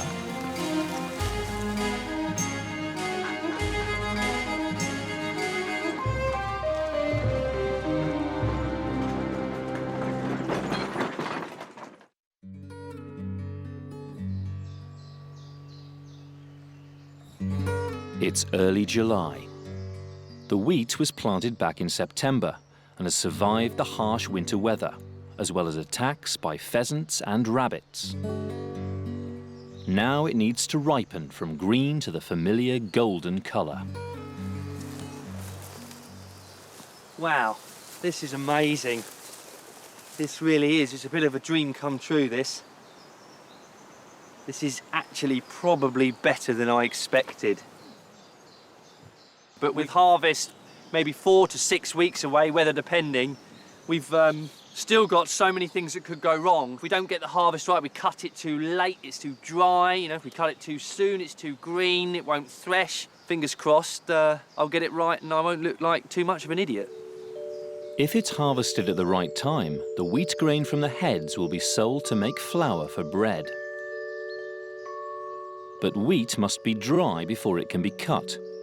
If rain delays the harvest, all it will be fit for is animal feed. This acre of wheat would take our farmers a week of back-breaking work to harvest by hand. But in the 1880s came this, the horse-drawn reaper binder. As its name suggests, it not only cuts the wheat, but binds it into sheaves too, harvesting an acre in as little as an hour. What a contraption, it's amazing, isn't it? It's like something out of a Wallace and Gromit movie, isn't it? All these gadgets and levers and wheels and cogs. What, the cutting face down there, the blade's going across, so it takes the wheat up and spits it out the other side, bound somehow. So this is the real labour-saving device. It means that we don't have to run around the field, bunching all this stuff up and tying it ourselves. Putting this Victorian contraption back in action is going to be no mean feat. So local farmer Mr. Thomas and his son Brian have offered to help. Now, you've used one of these, haven't you? Yeah, my father had. Yes, I've used one of these several years, and with horses. With horses? Oh, yes, 1936 when I started using one like. And we went on into the... 50s? Yes. Winding her down into her working position, approximately. Keep going till them wheels is off the ground. That's it, yeah, you're going down now, lovely. She's quite heavy, isn't she? She is, yeah. Do you prefer working with horses or tractors? Oh, it's a lot easier with tractors. Was it? It was. You would get on the seat and ride all day. So what's the next job then? We're going to put the knife in now. Alex will bring him round to us, we'll pop him in. Yep. Be very careful of that, it's sharp. Yep. Right. Right, so we're ready to cut now, are we? No. Got to get the string in. Got to have the string in and thread it through the needle and through the knocker. Yeah. String's in here. Yes. And it's got to end up where Alex is. This ingenious knotter ties the cut wheat into bundles. Through there, exactly, yes. Invented in 1857 by an 18-year-old Wisconsin farmhand, it was a revolutionary breakthrough.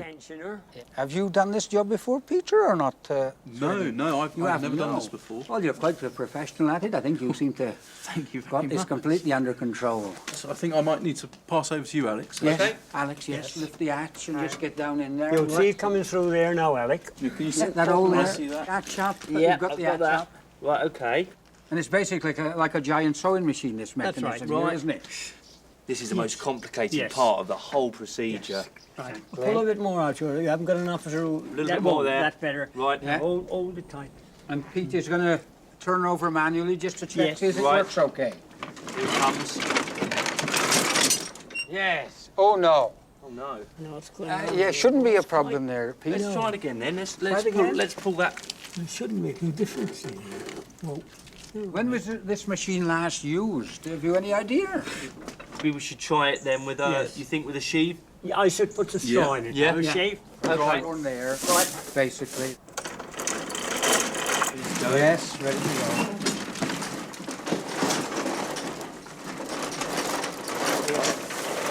Yes. Yes. She tied it, yes. And we have a shove tied. Yes. Look.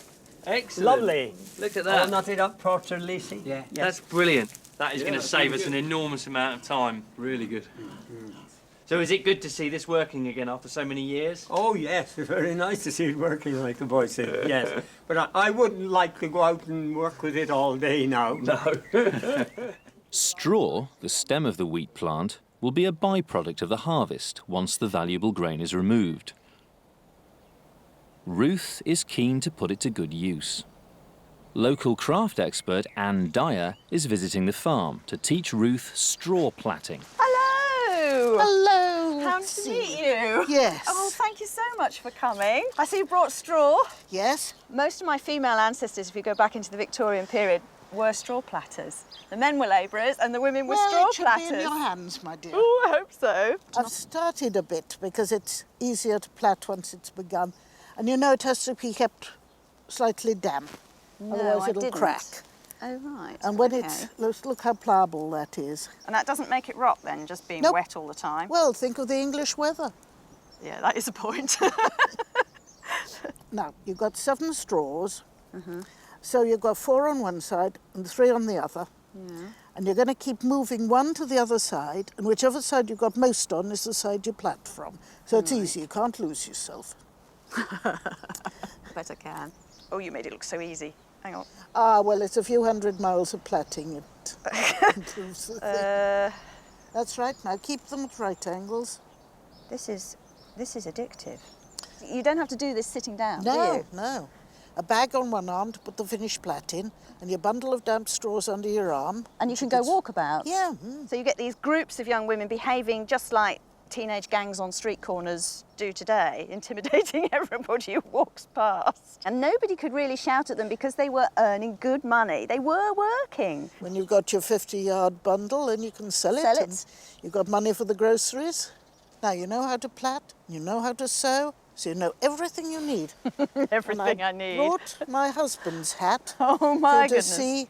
So a hat is just like, it's just a spiral of straw, plait. And then you sew it as you go. So you're not moulding it over anything, you're just bending it in your hands.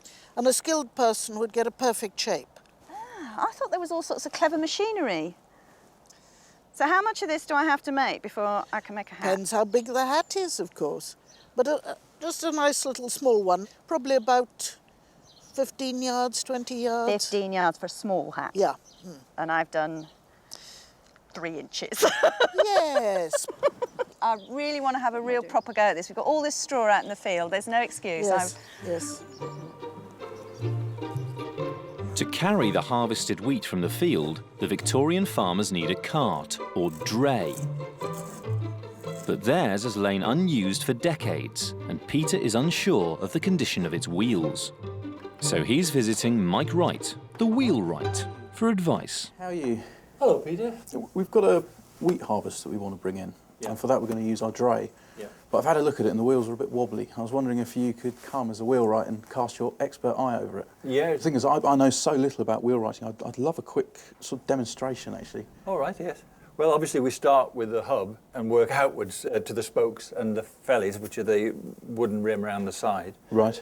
The hub is made of elm because elm's got a very twisted grain and it doesn't split easily when the spokes are driven into it. Right, okay. The spokes are made of oak for strength. Yeah, so all the power of the wheel, the weight is just transferred down the grain. Yeah. The rim of the wheel, or felloes as they're called. Fellows, yeah, right. They're made of ash.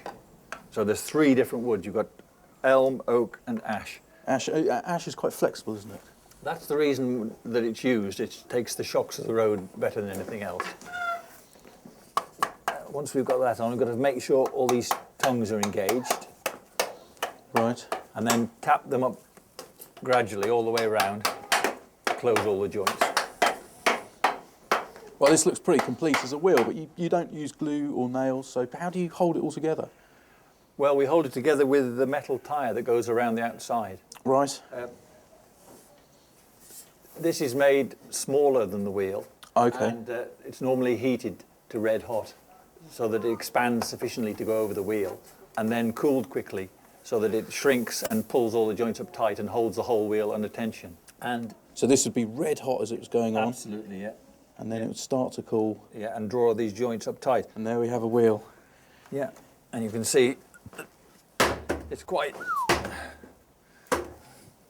And that tyre really ties it all together, doesn't it? That's right, it's a very effective way of clamping up the whole wheel. I have to say, on our dray, there's a bit of a gap, actually. It's not as tight as this, so it might be the tyre that's a problem. That's it. It's a bit, actually, we need to lift it a bit more, really, but that'll do it. This one, the tyre is a little bit loose, so I think we need to take that one off and re-tyre it.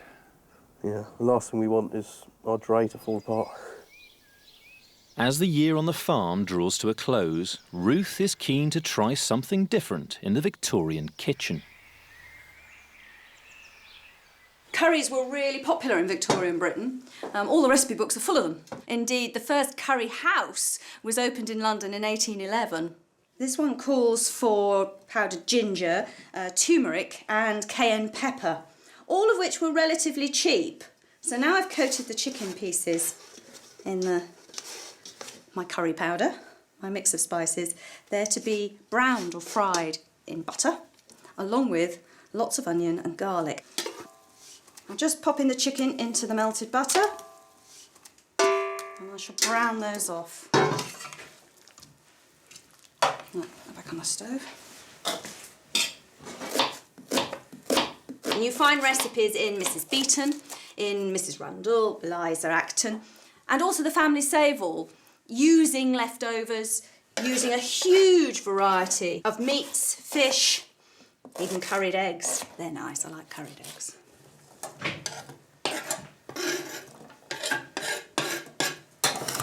Curries are also one of the few times in which the Victorian recipes include garlic. It's only supposed to be the one clove, so let's make the most of it. Right, I've got my stock pot here. I've just got some chicken stock and just go straight in. These are the onions that have been cooked through, browned off in the rest of the butter and spices. And they go in too. And then pop in my marrow. And this is all going to stew down now for about 45 minutes to an hour. And it'll reduce as it does, so that the stock combining with the spices will make the sauce.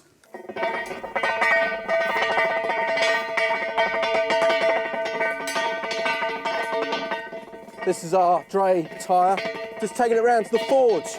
The metal tyre's been removed, repaired, and is ready to go back onto the wooden wheel. Hi, Mike. Hi, Peter. Well, I've got the tyre. All right, so it'll drop over like that. Right. You can see it's too small to go over at the moment. Yeah. But when it's hot, hopefully it'll be big enough to drop over. So when it gets hot, it'll expand. It'll expand. Bigger in the wheel. Yeah. And then it contracts and clamps. Yeah. 100 years ago, we would have been using the Shrewsbury Chronicle, not the Shropshire Star. Plenty of sticks around the outside, wigwam fashion. Right. Fill up all the gaps so that the wind can't get into it.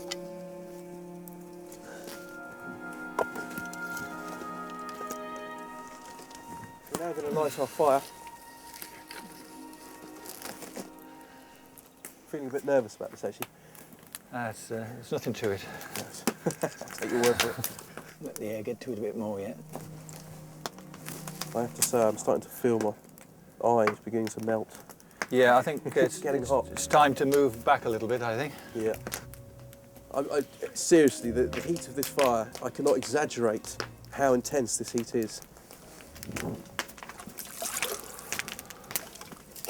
In an effort to retain my facial hair, and I have had it burnt off before, I'm just putting a bit of water on my face and my hands. So that just gives me a little bit of extra protection against the fire when I go in with the tongs. So I'll keep my eyelashes, I'll keep my eyebrows, and I'll keep my beard. And unlike Mike, I'll keep my hair. You ready, Peter? I'm ready. We've got to go for it now. Grab one of these. Of the essence.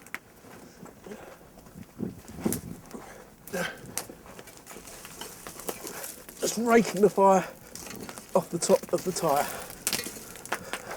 One on. One on. Hang on. Oh, ready? Ready? Ready. Joint on the middle. Yeah. Okay. Right, push yours out. Knock it down with a hammer this side. Hang on, wait. Do you want to... Water.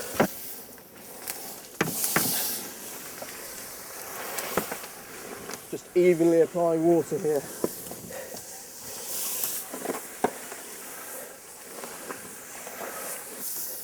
This is just shrinking the tyre into place. As you can see by the water boiling, as soon as it hits the tyre, it's still red hot.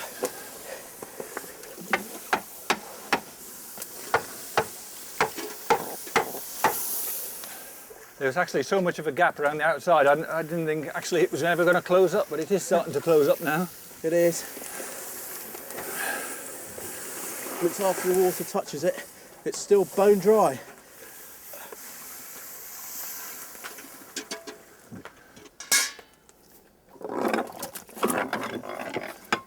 That was very, very intense.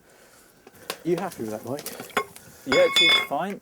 It's still quite warm to the touch. Yeah, it is. The water did work on my face, although now it's been replaced with a sheen of sweat.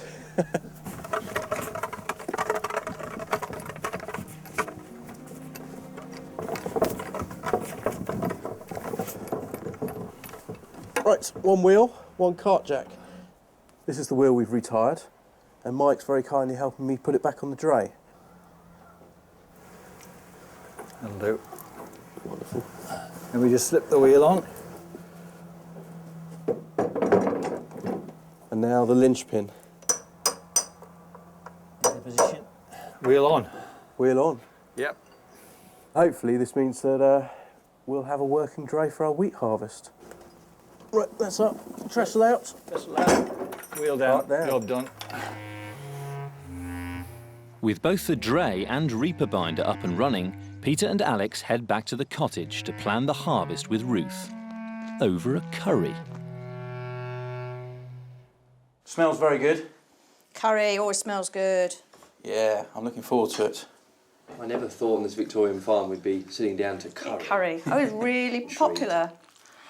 Good old Victorians. They were quite cosmopolitan in their food. I mean, if you go through Eliza Acton's recipe book, you can find food from about 20 different countries. Well, they're quite cosmopolitan in what they called the British Empire.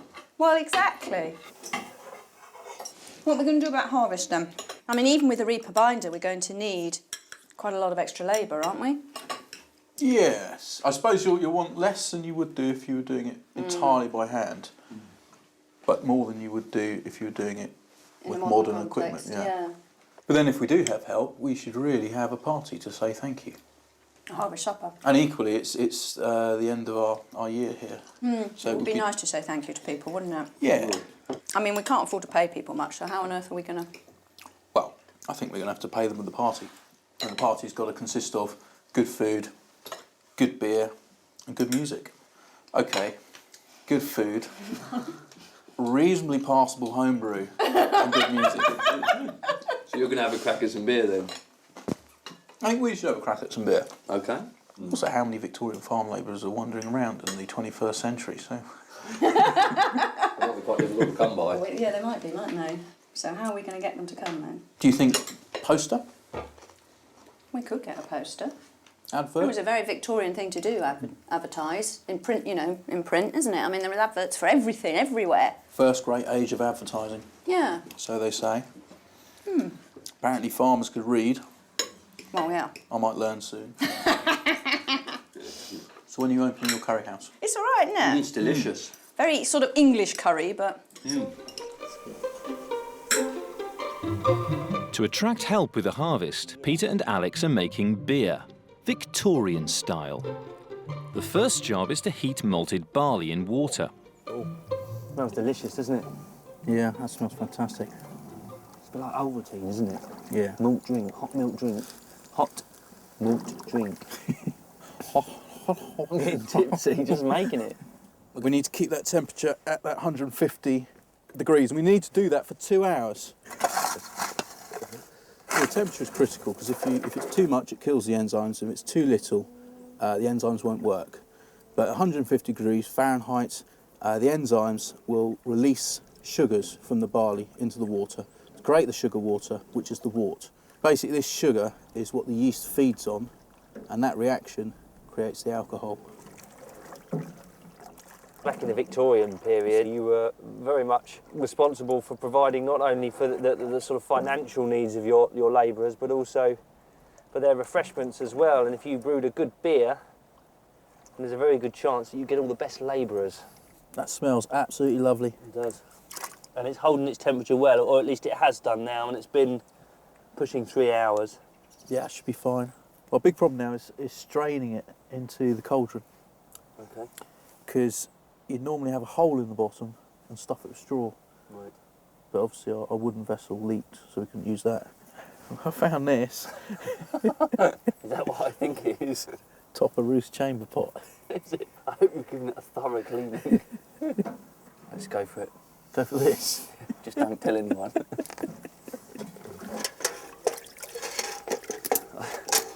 If that has been used in anger, I think you might want to give it a slightly more thorough rinse.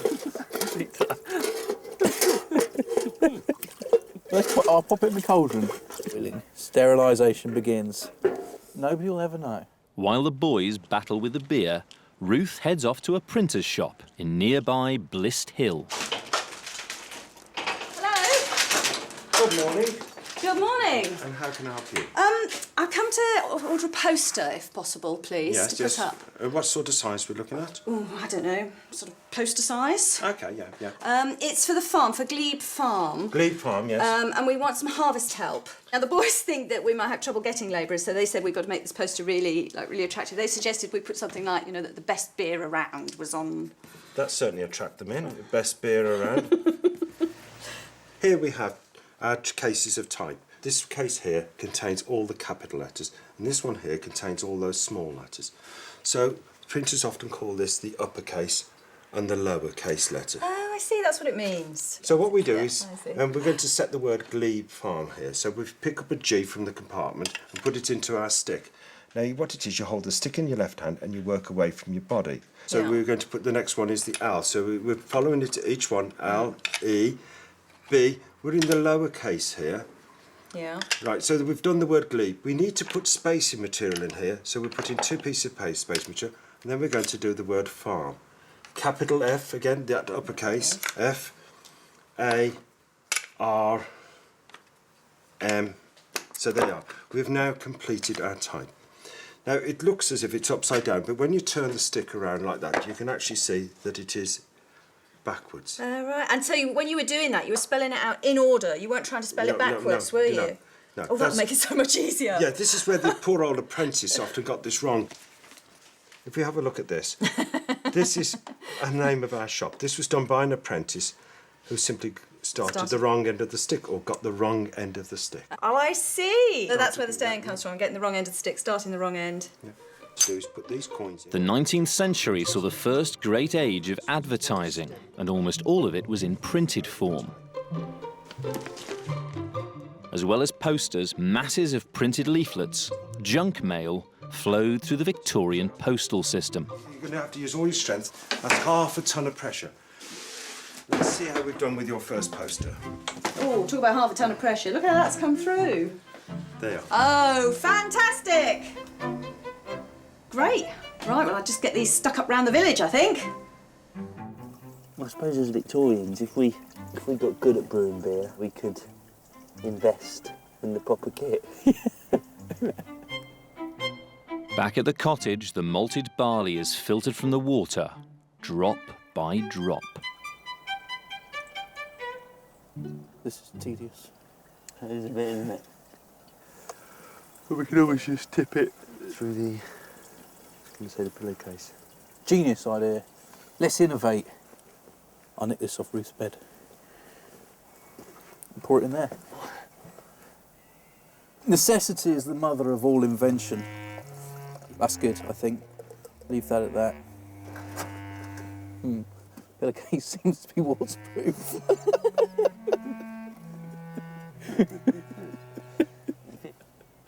I think put the hops in here. We've still got to drain it though, haven't we? We've still got to drain the water out at some point. I think at this rate we're going to be lucky if we've got any beer for harvest. Don't say that. Eventually, the barley's filtered out. Next, it's time to flavour the beer. This is going to give it the bitterness and also the hoppy taste. Yep. But we're going for the bittersweet, aren't we? We are. Summer beer and all that. Put in some honey. Brilliant. Some honey. Yeah, well, we've got so much of it at the moment. Honey's the only ingredient in the world that doesn't go off in its raw form. This is our yeast. So I'm just going to put this into the beer. And I'll just stir the yeast into the wort. And the wort is sugar water, and the yeast feeds off of that sugar. And the result of that is alcohol. So this is it. This is now beer. It is in the lap of the gods. There's nothing more we can do for this.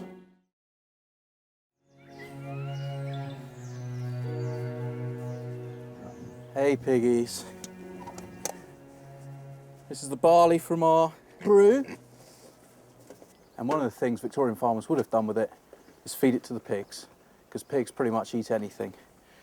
And look at them, they are really, really tucking in. I mean, malted barley, it's like Maltesers. It's like Ovaltine, it's a malt extract, it's lovely. And they're absolutely scoffing it. With the piglets weaned, it's time they were fattened for slaughter.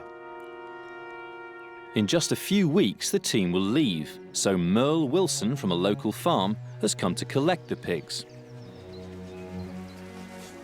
Oh, hi Merle. Anybody back? Hi, how are you? Not so bad. They're very good, aren't they? They are, they're lovely. Absolutely lovely. Have you just weaned them? Yeah, pretty much. What are you going to do with them? Well, I think I'm going to fatten some up, Yeah. see what they're like, because we haven't had Gloucester spots before. But I'm going to keep one female to breed from. Right. Right, should we take them over? Yeah, do you think they'll follow? Yeah, I think so. Come on, pigs. So I suppose you'll miss these pigs, will you? Immensely. More than you'll know, I suppose. Yeah, this is goodbye. This is it, really. But that's the way farming. I know. It is the way of farming. If they've had a good life, that's the main thing. Oh, yeah. Oh, I better get behind them. Come on! Pig, pig, pig, pig, pig, pig, pig, pig, pig. Come on! Come on! Come on, boys, you've got a long walk. Come on! Come on. Big, Come on, big, pigs. big, big, big, big, big, big, big, big, big, big, big. Big, big, big, big, big, big, big, big, big, big, big, big, big.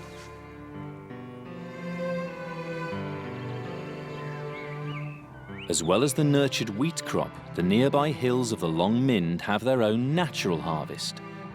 Windberries. This is a place where, in the summer, women and children came to pick a free harvest, a free cash crop, actually. Had quite a good commercial value. I'm picking, well, locally they're called windberries. In much of Britain they're called bilberries. Windberries are pretty much the same thing as American blueberries. Oddly, many British people know American blueberries and don't know our own native version. Our native version is a little bit smaller, but I think it tastes nicer.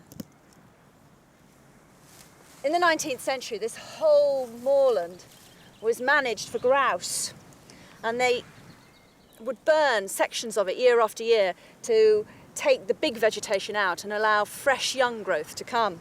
And that, incidentally, by the by, is really good conditions for the windberry bushes to grow. So you get this huge berry harvest all over the tops of these hills. You don't have to plant anything, you don't have to weed anything, you don't have to fertilise anything, you don't need any machines, it's just there, free. And what made it commercially viable, as opposed to just, local produce for local people, is the railway down at the bottom, which meant that great big baskets and crates full of windberries could be whisked off to London, where you could get really good money from the restaurant trade.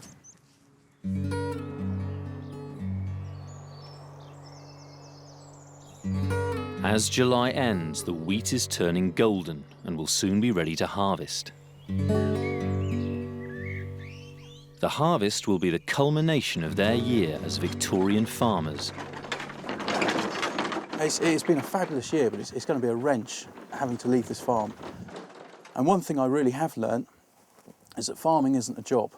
Farming is a lifestyle, and it is totally engaging. We'll be back in the real world soon, and I don't know how I'm going to react to having to go back to modern living. I've enjoyed Victorian farming so much, so So it's going to be quite a shock to the system, but of course we've still got the wheat harvest to do, and you know, I'm very anxious about that, what with the weather at the moment. The wheat must be dry, otherwise the reaper binder will jam.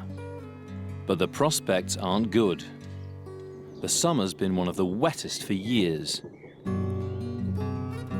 Despite anxieties about the weather, the preparations for the harvest are going well.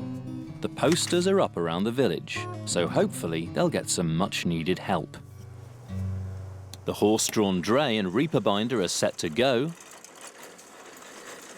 and Ruth's beginning preparations for the harvest festival, making whinberry jam.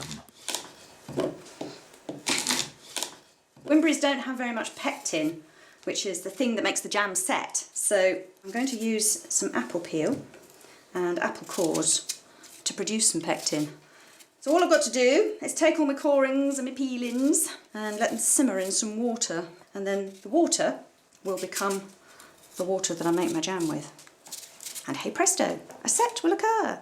Pectin is something which occurs naturally in lots of fruit, and when you boil it up, the liquid and the pectin react with the acids in the fruit and it turns into a jelly. I'm going to put all the peelings in a cloth, just makes it easier with the straining afterwards.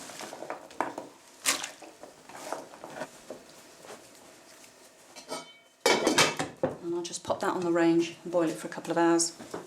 Last of my whinberries. All the fruit in top of my nice pectin-y water. Now I need to weigh the sugar. And as with most jam, it's basically the same amount of sugar as fruit. Earlier centuries, sugar had been expensive and jam had been a luxury product. But with slavery and new machines in the sugar refineries and better transport bringing the sugar back, sugar had become a cheap mass ingredient in Britain. So bread and jam was something that many a person who couldn't afford a joint of mutton turned to. The sheep have been one of the great success stories of this Victorian farm. The initial flock of 10 has grown to 26. Back in April, Alex sowed them a nutritious pasture to graze, using grasses developed in the Victorian era.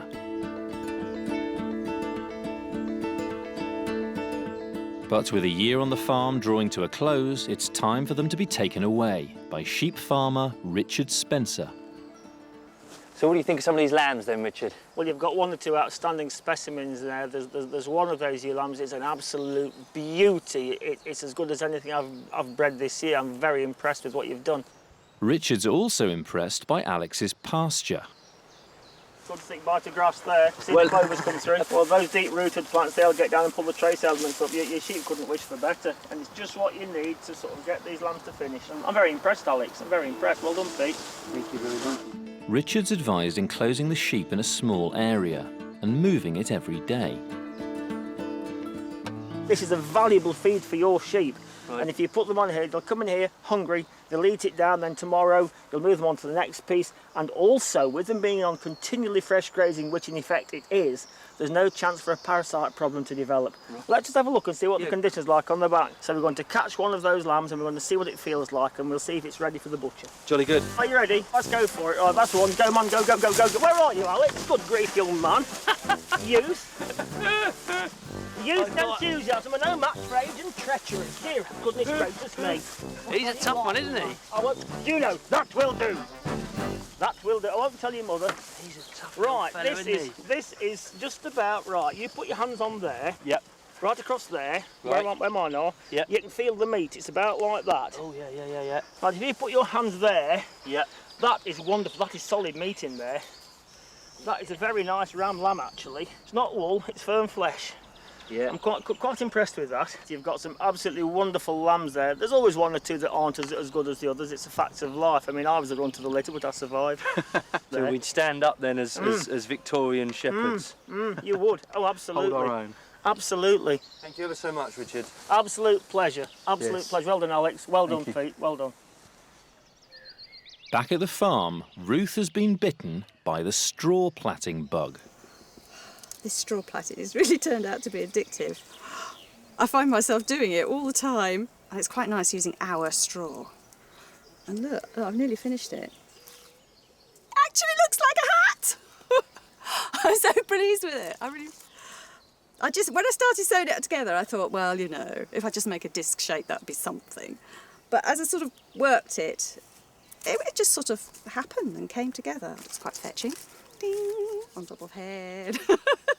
I think really though, if I want to be Victorian, I ought to wear it with a big bow sort of tied round, and then it should come under my chin, which pushes the hat into a different shape, sort of bit like that.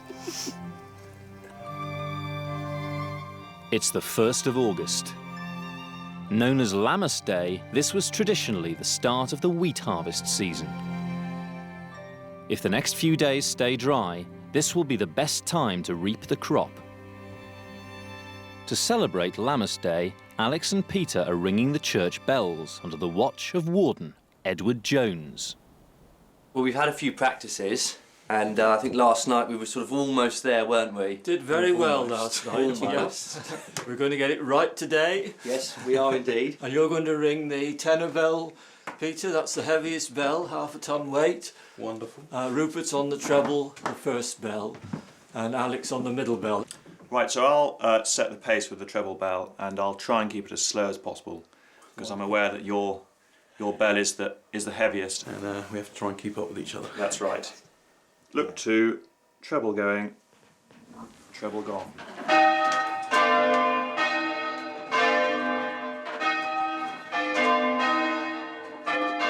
Really just trying to concentrate on getting a nice even ring. All the while I'm watching Rupert so that my Sally's going just after his, which it isn't at the moment. Making quite a racket in there, aren't they? They're doing a wonderful job. Professor Ronald Hutton is an expert in British rituals. What exactly is it that they're doing? Well, you ring the bells twice, traditionally. You ring the bells at Lammas, the loaf mass, which is the 1st of August, to announce the beginning of the harvest. And then in this parish, you'd ring the bells at the end of harvest to announce the fact it was over for everybody.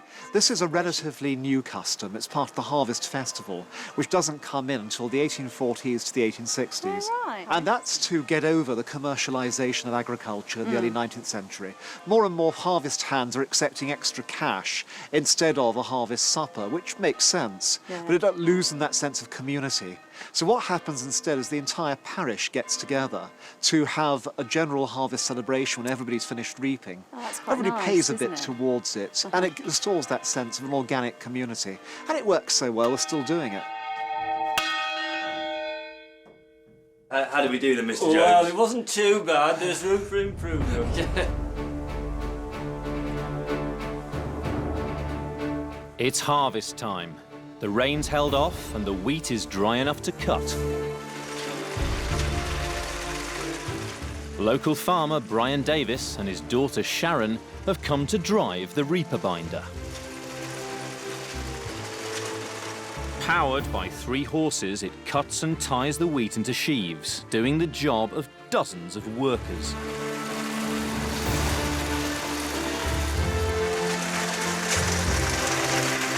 Such an amazing piece of kit. That is just tremendous. I was hoping it would work.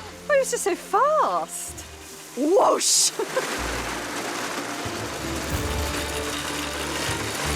But with just 1 row done, the reaper binder comes to a shuddering halt. Back! Back! Back! Back! Back! We've had a blockage, and Brian's just going around the machine to try and work out what it is. And there's another problem brewing on the horizon. Rain. You want to take it out of gear, Brian? And just A downpour now will threaten the whole harvest. The problem here is we've only got a very small window between now and when those clouds come over. We really don't want to get caught in a thunderstorm. We'll play back a bit, Alex.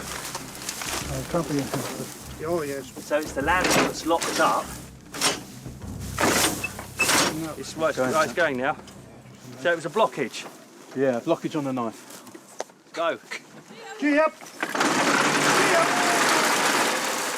Weeds amongst the crop caused the jam. But with the storm closing in, they can't afford another hitch. Time for urgent action. we were desperately keen to try and avoid this kind of harvesting. This really is sort of early 19th century style harvesting, all by hand. But the reason we've had to do this is because we fertilised this patch along here, and what we've really done is we've fertilised the weeds as well. And one of the weeds that we've got in here is a field vetch, and that is a real pain to farmers. So what we're going to do is just clean ourselves a nice kind of swathe through here, if you like. With the weeds cleared, the reaper binder can cut without risk of jamming. In less than an hour, the job's done, and only just in time.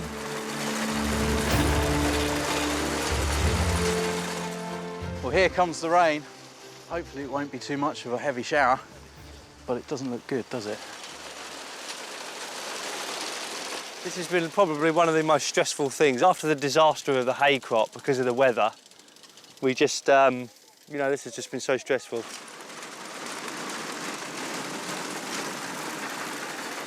That was pretty quick, but I think stooking is going to take us a bit of time. And the rain's coming. To give us a hand, do you We can think? get everyone we can get. They're loitering there with intent. You're going to help us stook? Yeah? We need to do it really fast. Ruth's poster hasn't produced any harvest labourers yet, so it's all hands on deck. We need one more. It's really important that we upend and stook all the wheat so that the wheat is up in the air where it can be dried. If we left it down on the ground, it would start to rot. Up like this, it can dry out, plenty of air around it, and hopefully dry before any mould gets to it. Whew, that was a badly stooked stook, wasn't it? You'd make a good farmer, you would. It's now raining. If this had happened before, we couldn't have cut it. I mean, it's a miracle. Come on, Peter, get on a bit less. But not all the wheat is cut and stooked. A small clump remains. Professor Ronald Hutton has returned to the farm to explain a strange Victorian ritual. Late Victorian scholars themselves thought that a spirit lived in the corn, in which ancient peoples believed. And of course, as you cut more and more of the crop, the spirit retreats into the last bit. So that particular stand of crop is infused with this vital element that's actually quite dangerous, and that's why you dare not approach too close. You fling things from afar, or you try and get it blindfold. That's the mystical interpretation. That sounds very Victorian. But Professor Hutton believes that there's a much simpler explanation for the ritual. Harvesting a crop, as you've discovered, is really difficult work, and so everyone's really elated when you get to the end of it, and you want to make a big thing of it. I'd like to be the first to volunteer Ruth. I hope you don't need your ankles in the future. There we go. Now we're all just going to pop round the pub, and you let us know when you finish. Turn Ruth round a few times and give her the scythe, and then take cover. One. Oh, it's like dancing this. It's very nice. It is very elegant. 3. Oh! Whoa, that's a stook. That's a stook. That was 12 o'clock. You want 6 o'clock. Another stook, Ronald. It's behind you. Okay, behind it. Right. That was... Yeah. Oh, I'm so rubbish at this. No, you're not. With the last of the wheat cut, it's time to celebrate. All over the British Isles, the last sheaf is given a name. The maiden, the crone, the baby, the hare. In Shropshire, it's called the mare. Don't know why. That's its nickname. And what you do is you shout, "I have her, I have her, I have her," in a Shropshire accent. And we three guys shout, "What hast thee, what hast thee, what hast thee?" And you shout, "A mare, a mare, a mare." You want to try that? Okay, so... I have her, I have her, I have her! What hast thee, what hast thee, what hast thee? A mare, a mare, a mare! Wonderful. Well done. They'd have heard that in the neighbouring farm, who won't have finished their harvesting, and you will feel great at having shown them up. Marbu sucks to you. So what do I do with this now then? Well, in Shropshire, you probably wouldn't have made it into a corn dolly. They do that elsewhere. Right. So you stick it up in your house as a trophy. You can plait it, you can put ribbons in it, you can put flowers in it. You do what makes you feel good about having done so well. It's your achievement. The farmers must now wait 3 weeks for the sheaves of wheat to dry out before they can be brought in from the field. If they're stored damp, they'll rot. There's no clever Victorian machine to do this job, so plenty of extra labour will be needed. Fingers crossed Ruth's poster works. While they wait, it's time for Peter, Ruth and Alex to move out of the farm where they've lived as Victorians for the past year. It's truly a life-enhancing experience, maybe even a life-altering experience. It's going to be very, very hard to leave this place. Very hard indeed.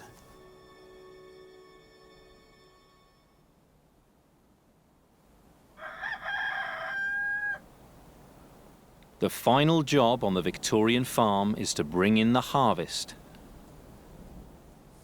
In the wheat field, there's been an excellent response to Ruth's poster, and there's no shortage of help.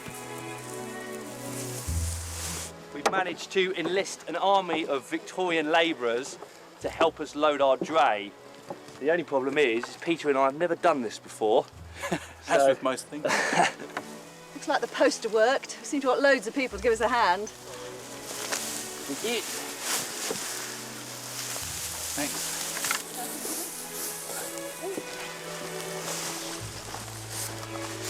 Thank you. How's it going, Peter? It's going very well. Like many hands make light work. Thank you very much. I think we might just get it all on. We're just using the sort of time-honoured implement of the rural scene, the pike-hoe, or pitchfork as it's more popularly known. And it quite literally, all it does is just pitches stuff up to us. Thrashing box before. Oh, at last a bit of sun, eh, Ruth? Yeah. Eventually. Eventually. Eventually. The way we're stacking this dray is we're putting it stalk side out, because that means the head of the grain is in the middle of the dray, so if you lose any, it's still on your dray. With all the stooks loaded, it's time for gleaning, collecting any stray stalks of wheat left in the field. For very poor families, this was deeply important to their yearly economy. If you were good at gleaning and you followed the fields from farm to farm, you could get several months' worth of bread corn for free. The 19th century saw the birth of photography, for the first time accurately illustrating everyday rural scenes like this. Today, these images give us a window into a lost age. Photographer Chris Vile has come to the farm to take a picture of our harvest with a Victorian plate camera. Hi, Chris. Thanks ever so much for coming along. No trouble. Why would photographers be so interested then in harvesting, this sort of everyday activity? The majority of photographers' work was undoubtedly taking portraits, but two things had changed. A, the materials had become much cheaper and more mass-produced, but I think also photographers in the early days saw themselves often as artists, and they're in that sort of romantic tradition. And maybe as a reaction to the sort of increasing industrialisation of the countryside that we're seeing, they wanted to capture that rural life. Right. Stand still for a few seconds.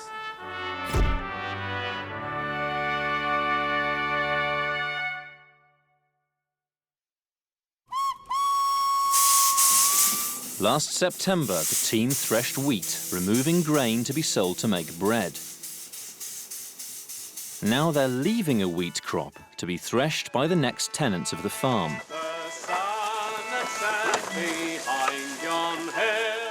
On the way to the farmyard, there's a steep hill to negotiate, a real test for the repaired wheel. As we're going down the brow of the hill, we're attaching a slipper, which is going to brake the cart, so the cart isn't going to run away with the horses. Oh, I feel as safe as houses up here.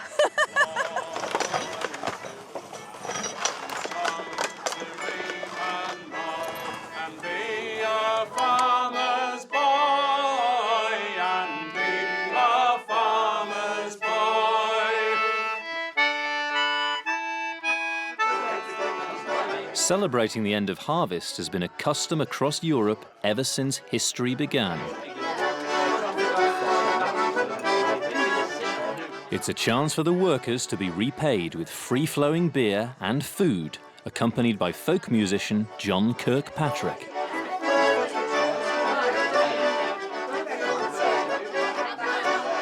For the poor, it's an opportunity to get decent food and beer.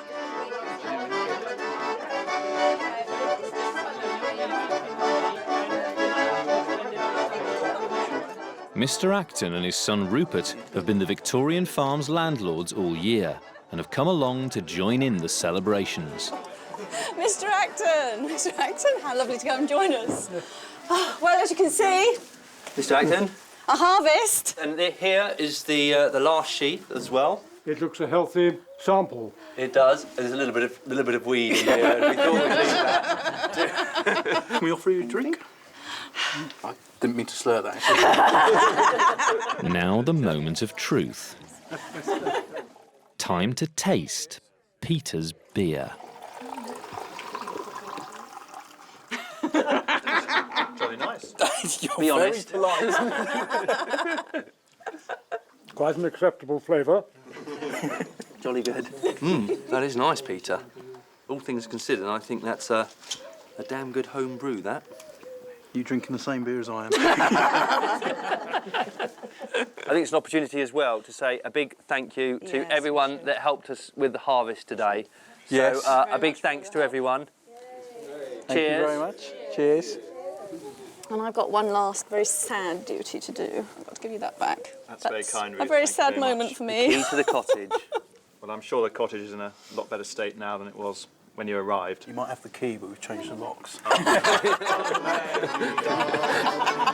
Squatter's rights. Yes. Now there came 3 men from the west, me boys, their fortunes for to try. And these 3 men made a solemn vow, John Barleycorn must die. So they ploughed in deep in the furrows, and they sowed right over his head. And these 3 men home rejoicing went, John Barleycorn was dead. Jimmy Wright. Victorian harvest festivals were notoriously boozy and uproarious affairs. Over and over and over and over, drink up. It's not long before the drinking games start. And over and over and over till your knicker's drunk up, your hat is turned over. Over and over and over and over, drink up your liquor and turn your hat over. Over and over and over and over till your knicker's drunk up and your hat is turned. Cheers.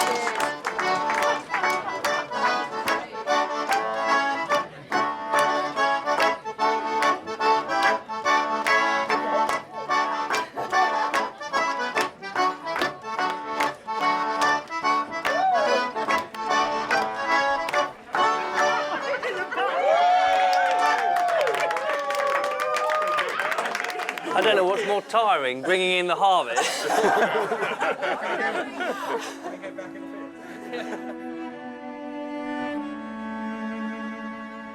It's time to leave the Victorian farm and say goodbye to a way of life from an age gone by. Been down.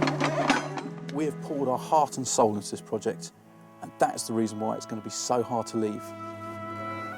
One thing that stood out has been bringing new life into the world. And out of all that new life, I think the pigs are those I've been closest to. These little Gloucester Old Spot piglets are now 5 days old.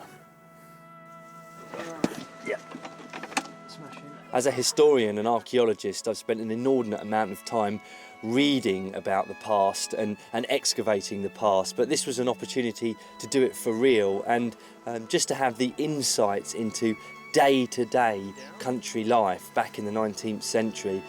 How am I doing then? You're doing very well.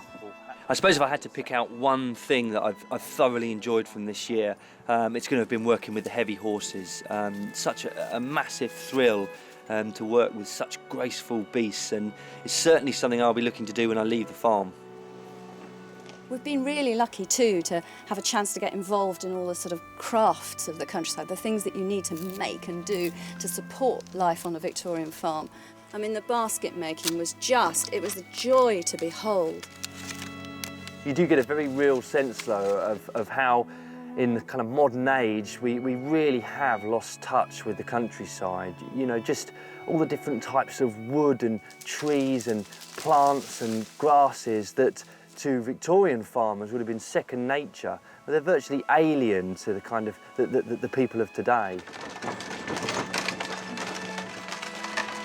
There's a huge weight of sadness about finishing doing all this. But then I'm also really excited because it's thrown up so many ideas. Well, this is the end of our Victorian adventure. I'm going to really miss this place.